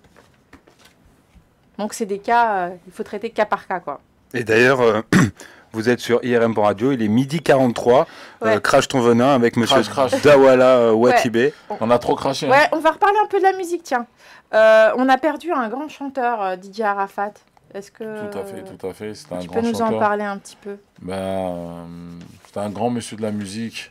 Et surtout de la musique coupée décalée. Tu l'as bien connu? C'est une personne que j'ai dû rencontrer 3, 4, 5 fois. Oui. Et il y a toujours eu le respect entre moi et lui. Et d'ailleurs, le 21 septembre, à la nuit du Mali, on va faire une petite dédicace à lui, un petit hommage à lui. Et je pense que c'est une personne qui a été importante pour les Ivoiriens et pour tous les Africains et tous ceux qui aiment le coupé décalé. Et il est parti jeune. Voilà. Très jeune. Ouais, très jeune, trop jeune. 3,34. Oui, et en plus, il venait de faire un album. Ouais, il a fait un album, malheureusement. Moto, je crois. Malheureusement, ça n'a pas pu sortir. Ouais. Pourquoi, tu sais? Non? Non, je ne connais pas les histoires. Je sais qu'il y a eu des histoires avec sa maison de production et qu'ils avaient signé un contrat et il a été bloqué un peu partout, de ce que j'entends. Tu vois. Mais surtout en Côte d'Ivoire. En Côte d'Ivoire, il a été bloqué beaucoup. En France, il a eu du mal à sortir son projet avec les personnes avec qui il travaillait. Et pourtant, il avait beaucoup de talent. Il a été bloqué de part et d'autre. Il avait beaucoup de talent, ouais, c'est vrai. Après, c'est comme ça. Ça revient dans ce que tu disais tout à l'heure. Tu peux être bloqué par des personnes dès que tu vas trop loin dans ce que tu dis. Tout à fait. C'était un peu son cas. Pouvoir, voilà. Il faut savoir rester à sa place, malheureusement. Et faire juste ton taf, quoi. Moi, je ne suis pas d'accord avec ça. Ouais, mais malheureusement. Je ne suis pas d'accord avec ça. Je pense que quand il y a des choses à dire, il faut les dire. Après, ça peut... Il y a la manière et l'art de le dire. Ça peut ne pas plaire, mais il faut le dire parce que si on ne dit pas, rien ne change. Moi, je regarde, tu vois, moi, je suis d'accord avec ce que tu dis. Mais à un moment donné, tu as vu, c'est comme la femme, là. Je suis d'accord avec tout ce que tu dis. Mais à un moment donné, tu peux dire des choses. Mais en fait, toi, tu dis des choses, mais tu ne regardes pas autour de toi, en fait, toi. Tu as envie de faire la vérité, mais en fait, le monde, il est truqué. C'est-à-dire que toi, tu vas parler un jour, tu vas faire tes trucs, là, ils vont te bloquer. Ouais, c'est ce que tu disais tout à l'heure. Mais toi, en fait, quand je te vois et je te vois t'exprimer, tu dis des choses et tu as raison de les dire parce que c'est vrai ce que tu dis et tout ça. Mais en vérité, il y a des choses qu'on ne peut pas dire parce qu'au-dessus, c'est truqué. Et je pense que toi, ta vie, elle était trop rose. C'est-à-dire que tu n'as pas eu beaucoup de bâtons, on dirait. Ah, bah. Je pense pas. Parce que, tu vois, si tu n'as pas eu beaucoup de bâtons dans les roues, je veux dire, parce que quand tu parles, tu sais, moi, quand je parle, je dis les choses, mais je dis attention, je sais que là-bas, il y a ça, il y a ça, il y a ça, il y a ça, mais toi, j'ai l'impression, quand tu parles. Pour le coup, là, tu n'as pas été instinctif du tout. Ah ouais? Moi, j'ai grandi à Montreuil en 93. Ouais. Alors, mon père était un peu comme le tien. Il a aidé plus de 4600 personnes, parce que chez moi, c'était le 81 rue Marceau et le 26 rue Cuvier, c'était des grandes des maisons. Et on disait que c'était le deuxième foyer Bara. Donc mon père aidait tout le monde au détriment de sa propre famille. Donc moi, il avait l'amour de son pays, mais nous, on en a beaucoup souffert, parce qu'il aidait, mais vraiment tout le monde. Tu sais, quand tu as plus de 10 personnes chez toi, en dehors de ta propre famille, c'est un peu difficile. C'est pour ça que j'ai l'impression. Donc c'est l'impression. mais je me suis faite autrement, tu vois. Mais j'ai pas mal dégusté aussi. Ouais, ok. Raparnb.com. Non, j'avais envie, c'était comme ça, j'avais envie de le mettre, autant pour moi. Alors, le futur d'Awala, c'est quoi? Le futur d'Awala, c'est toujours moi avec 10 ans de plus, c'est tout. Hein. Non, Toujours en train les de faire. projets. Ah, les projets, bah là, il y a la Nuit du Mali le 21 septembre à Bercy. Donc, c'est un événement que je prépare depuis 1 an avec tous les gros artistes maliens, sénégalais. Il y a Viviane, guinéen, il y a Mori Kanté, ivoirien, il y a Serge Benoît. Après, il y a Oumou Sangaré, Amadou et Mariam. Il y a qui Baba Nikone, Ibawan, Sidiki Diabaté, Il y a du lourd. 8 soldats, Gaspi, et il y a du lourd. Il y aura 4 queues, bon, les artistes du Watibé, surprise, il y aura beaucoup d'artistes du Watibé. Il y aura aussi une autre surprise malienne, tu vois, il y aura beaucoup de surprises. Ah, en tu fait. veux pas dire? Non, je peux pas dire en fait, parce qu'en fait, ils sont en tournée, Ouais. et en fait, ils seront là. Ils pourront venir et tout ça pour éviter de chambouler leur tournée et tout ça. Ils seront présents là-bas, donc moi j'ai promis de ne pas dire, donc il y aura D'accord, beaucoup de tu tiens surprises ta et tout promesse. ça. Et ça va être un événement qui les portes s'ouvrent à 16h, ça commence à 18h jusqu'à 23h, et après il y aura l'after dans le deuxième. Un bel événement. Ouais, ça va être un bel événement. Après, elle a sorti le 13, là. Le 13, elle a sorti dans 3 jours, je crois. Dans 3 jours, elle a sorti de l'album de Vendredi. Black M. Vendredi, elle a sorti de l'album de Black M, Il était une fois. Donc, c'est le 3e album qui sort. Donc, ça a été un travail. Il a mis du temps à sortir ce projet-là parce que, voilà, ils se remis en question. C'est un album qu'il a vraiment travaillé, qui à mon avis, va cartonner. Après, j'ai 4 queues aussi, nouveau groupe que j'ai signé qui va sortir au mois de novembre. Donc là, l'actu, elle est vraiment, voilà, c'est le travail. Après, il y a l'association aussi. Donc, comme je t'ai dit, on est sur le projet de faire un centre au niveau de la jeunesse. Et donc ça, c'est un projet Ça, qui me tient à cœur. C'est à Bamako, ça. À Bamako, voilà. C'est à Bamako, c'est un projet. T'as déjà le nom de l'association ou pas encore? AS Watibé. AS Watibé. Association Club du Watibé. On change pas. C'est bon, j'ai trouvé Watibé, maintenant je le fous partout, frérot. Voilà. Mais On change pas normal. la concept qui gagne. Non, mais C'est la marque comment- en plus. En plus, ouais, qu'on parlait, t'as vu, on est nombreux, les diaquités. Nous, dans le diable, on est nombreux. Mais chacun met son nom. Ouais. T'as vu? Et là, c'est que dès qu'on fait un truc, le nom de famille, c'est Wati. Parce que moi, tu commences à savoir, ça s'appelle truc, c'est Watibé. C'est le truc, c'est Watibé. C'est en Watibé. T'as vu? Ouais, c'est plus Tout se ça. passe en Wati. Est-ce que tu as des projets de mélange, de faire connaître de nouveaux chanteurs en fait, Tout à fait. En fait, Watibé, musique, c'est un centre de formation. C'est comme Clairefontaine. C'est-à-dire les gens, ils rentrent dedans, on les forme pendant 8 ans, on n'est pas pressé, 10 ans, comme la section on a fait et tout ça. Et après, voilà, ça part. Le seul groupe qu'on avait pris, c'était le premier groupe que j'ai pris, Intouchable, qui était déjà un peu connu. Mais sinon, tous les artistes, que ce soit les Dadju, que ce soit les sections d'assaut, que ce soit aujourd'hui Ardos ou Adriano, tous les rappeurs qui sont dedans, ils sont au centre de formation. Et à peu près, il y a une dizaine de chanteurs, rappeurs qui sont dedans. On progresse ensemble doucement et on avance. Donc pendant 8 ans, tu vas progresser avec eux. Ouais. Tu vas les encadrer pendant 8 ans. Oui, 8 Plus ans. tout ce que Il y a tu des fais, gens en fait que j'ai déjà formés qui sont déjà là. Tu sais, moi je suis au-dessus un Ouais. peu et il y a des gens qui sont là, ils sortent leur projet, on regarde ce qui est bon, ce qui est pas bon, mais ça peut mettre 8 ans, 9 ans à sortir un projet. C'est long. Hein. Ouais. C'est pour ça qu'après quand ça arrive à faire le travail et que tu fais connaître des gens et tout ça, et après quand Ouais, après, il y a la trahison, quand les gens y partent, t'es un peu déçu. Mais c'est le travail, quoi. C'est le centre de formation. Ouais. Ça doit être du Et taf. le fait que tu ailles beaucoup en Afrique, les talents, par exemple Sidiki Diabaté, tu te vois dans le futur mélanger des artistes comme ça avec... Ah oui, on a signé un artiste là-bas. J'ai signé un artiste là-bas qui s'appelle 8 soldats.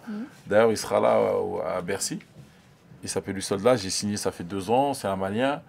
Et voilà, j'ai déjà signé en fait des artistes. Après, le but, ce serait s'installer en Afrique. Oui. Donc là, c'est mon projet. Et de pouvoir travailler en collaboration avec la France, quoi.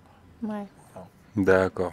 Ça te permettrait d'avoir des choses plus grandes Ouais, de toute façon, tu sais, aujourd'hui, la vraie ressource aujourd'hui, elle se trouve en Afrique. Hein. Ici, on a tout épuisé, on a Mais tout c'est mangé. ça, c'est justement ça. Aujourd'hui, c'est l'Afrique. Tu ramènes l'Afrique, tu ramènes de la fraîcheur ici, tu mélanges, tu fais des bons cocktails et tout ça, et puis je pense que ça va passer. Hein. C'est vrai que il y a plein de choses en Afrique. Il y a une belle jeunesse. Il y a des beaucoup force à d'artistes. ça. Ouais, Merci, force à merci, ça. merci. Donc, je donne rendez-vous à tous ceux qui aiment la musique, tous ceux qui aiment le Mali, l'Afrique, et tous ceux qui aiment le savoir vivre ensemble. Le 21 à Bercy, ça va être, Phénoménal. si t'es pas là-bas, t'es nulle part. Ouais. C'est Voilà. que t'es pas dans le move si t'es pas là-bas. Hein. Voilà. Sinon, Et avec Coron, on y passera. Voilà, vous êtes bienvenus. De toute façon, t'as même pas besoin. On va vous envoyer une invitation. On va voir Raja, elle va t'inviter. Elle va t'envoyer une invitation. Ouais. On va vous envoyer des invitations pour vous. Vous êtes les bienvenus. Comme ça va changer un peu de 18. T'inquiète, là c'est BKO là. Retirez. Je voulais aussi dire que pendant tous les problèmes qu'il y a eu en Afrique, à Bamako, moi j'y ai été. J'ai assisté au gala Santé Foot qui était fait par Bouba Fané. Et toi, tu étais là-bas, tu as fait un concert pour la paix aussi. Ouais, tu as passé un beau message. Tout à fait. Bon, il y a beaucoup de jeunes comme Bouba Fané et d'autres jeunes qui œuvrent voilà, pour faire passer des bons moments à la jeunesse malienne et tout ça. Et voilà, c'est ces jeunes-là qui font encourager. Et je pense qu'avec le futur, s'il y a des jeunes comme eux, comme nous, qui œuvront vers des solutions où qu'on fait des concerts, on fait des événements, on sensibilise la jeunesse, on essaie de rallier la France et les deux origines qu'on a, la France et le Mali, je pense que ça pourra que aller bien. En fait. Et pas rentrer dans certains conflits. Non, il ne faut pas rentrer dans les conflits. Nous, si on rentre dans les conflits, c'est pas bon. Parce que nous, aujourd'hui, on est des gens, on a eu du vécu. Nous, on peut que donner notre expérience. Donc, si on rentre dans les conflits, c'est pas bon. Exactement. Il y a une thématique ici. C'est la thématique des B. Tu te considères maintenant plutôt bobo, plutôt banlieusard dans l'esprit ou plutôt bourgeois? Non, je ne suis pas bourgeois. Ouais. Parce que je suis avec mon sac à dos. Bobo, c'est les quartiers chics. Bon, tu sais, ceux qui arrivent à Montreuil, qui prennent des petits pavillons, un petit peu chic, bon genre. Qui prennent quoi? Des petits pavillons, tu sais. Non. Et l'autre, c'est quoi? Et bourgeois. Non, j'ai aucun de tout ça. Donc, tu dois faire un choix dans ta vie, c'est sûr. T'as pas de joker. Non, mais moi, c'est pas mon mode de vie. Moi, je suis la rue, je fume. Donc, t'es je m'assois, je fume ma chicha. Ah bon, alors t'es dans la catégorie banlieusard. Voilà, banlieusard, je fume une chicha. Banlieusard, mais je vais aller sur les Champs-Élysées. Il y a ta chicha dans le sac? Non, j'ai pas de chicha. Ça aurait été la folie. Pourquoi? Les banlieusards, ils fument pas de chicha? Non, c'est toi, tu me dis. Tu me dis, je suis banlieusard. C'est parce que je fume une chicha, je suis banlieusard. T'es pas bourgeois, t'es pas bobo, donc tu choisis. On veut t'aider, il te faut une réponse. Il t'en faut une réponse. T'as pas le choix. Je suis Wati Bobo. Wati Bobo, il est là. Il a trouvé. Il a placé son Wati. Je suis Wati Bobo. Alors, je vais te faire ta dédicace, parce que je fais une dédicace à chaque fin pour les invités. Vas-y. Alors, spéciale dédicace à Dawala. Dawala, tu es comme le vent, tu avances en poussant chaque obstacle devant. Ton talent est né, car tu l'as pas volé. Depuis des années, tu as appris et travaillé, donc de l'art, tu as créé. Tes groupes sont tes troupes, tels des braves soldats, ils sont le reflet de tous tes combats. Tel un guerrier qui a tout fait, tu sais te faire respecter. Dawala, bravo à toi. Merci beaucoup, mais je crois que j'aurais pu prendre pour rapper. Hein. Non, mais... prendre pour chanter. Elle a une bonne voix. Ben voilà. C'était super, hein. C'était Jarod, pour ceux qui connaissent pas. Jarod Dawala. Dawala. Madame.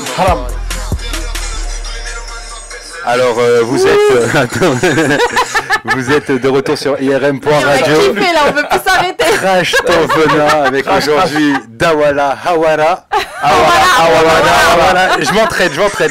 Hawara. Et bien sûr, Koro, c'était la reprise, la saison 2 de Crash ton venin. Et on commence sur les chapeaux de roue avec le Wati Boss.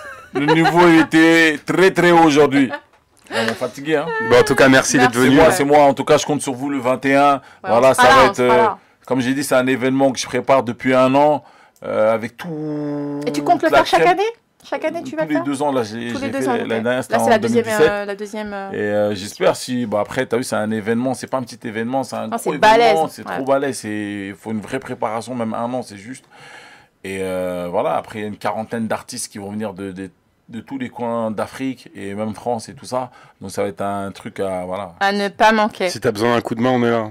Même pour ranger des cartons. Ah ouais, je te jure. Je te jure la vérité. Là, tu vas venir, tu vas être bien. Il veut faire comme mon père, il veut faire livreur. Non, franchement, je fais tout. En plus, j'ai le permis poids lourd. On va pas parler, mais j'ai le permis poids lourd. J'ai passé à 19 ans aussi. Ah ouais? Ouais, t'as fait l'armée, toi? L'intérim, non. Il a fraudé. Ouais, que dalle. Nous, on a fait l'armée, ils ont fraudé. Il a eu le poids lourd. C'est mon daron, il a fait pour moi. Ah, t'as entendu, il a grandi avec goûter. Il a grandi sans goûter. C'est lui, les chanceux. Il a une piscine chez lui. Ah ouais, je te jure. Hors sol, ouais. Sérieux? Love Story, un peu piscine en bois, Attends, hors il a sol. une Ouais. piscine et tout. Ouais, j'habite dans le 06 de base. Tu vois, tu t'es Je trompé. t'inviterai, franchement. 06 Ouais. Beauvais, là, tout ça? Mais non. T'es branché où? C'est plutôt vers le sud, Cannes, Cannes. Ah, vers Cannes. Ah, Cannes, à côté. Ah, 60, moi, j'ai 06. Non, t'inquiète. Ouais, c'était pas voir Verlan. C'est lui là qui est bien né. Ouais, Non, mais sérieux, t'habites vers Cannes? ouais. Et ma mère, en animal de compagnie, elle a un âne, un bouc et tout, je te jure. Voilà, il a de la chance. Non, pour hein. de vrai? Non, vraiment? Je te jure. Ah ouais. Vraiment. Ok, Si Dawala, ok. tu passes par le 06 l'été, ça, je suis là-bas. T'as moi. entendu ce qu'elle a dit? C'est famille nombreuse. Hein. L'auto là, je sais pas comment il va figurer. On va le manger. Ah On va merde, le manger. tout cru. Non, en tout cas, t'inquiète, tu es le bienvenu et j'espère que vous serez là. Et, Ah ben, de t'enverras toute un façon, c'est message prévu. Hein. à Raja et tout ça, Ouais. comme ça, on va vous donner les T'inquiète. invitations. En tout cas, rendez-vous samedi. Samedi Merci 21, pour tout. ça va être très lourd. Et bien sûr, on se donne rendez-vous la semaine prochaine avec Koro pour Crash ton venin. Politique. Et nous aurons qui comme On invité aura d'ailleurs? Jean-Philippe Gaudret. Le maire. super maire qui va dans toutes les émissions de télé et qui dit ce qu'il a à dire. Et il sera avec nous. Il a craché son venin. Percuter les ordres, on va checker où ça vient d'en bas, ça monte à la Dawala. Pour faire du blues à la Dawala, on vient te prendre à la Dawala. Rendez-vous le 21, les guises. Soyez là. Mali, Galsen. Ok, merci, le 21, t'entends pas ou quoi? N'oubliez pas vos vaccins avant d'écouter Crash ton venin avec Koro et Tafit. Les personnalités viennent vider leur sac sur irm.radio tous les mardis à 11h. Dans Crash ton venin, IRM scanne ta grogne. IRM scanne ta vie.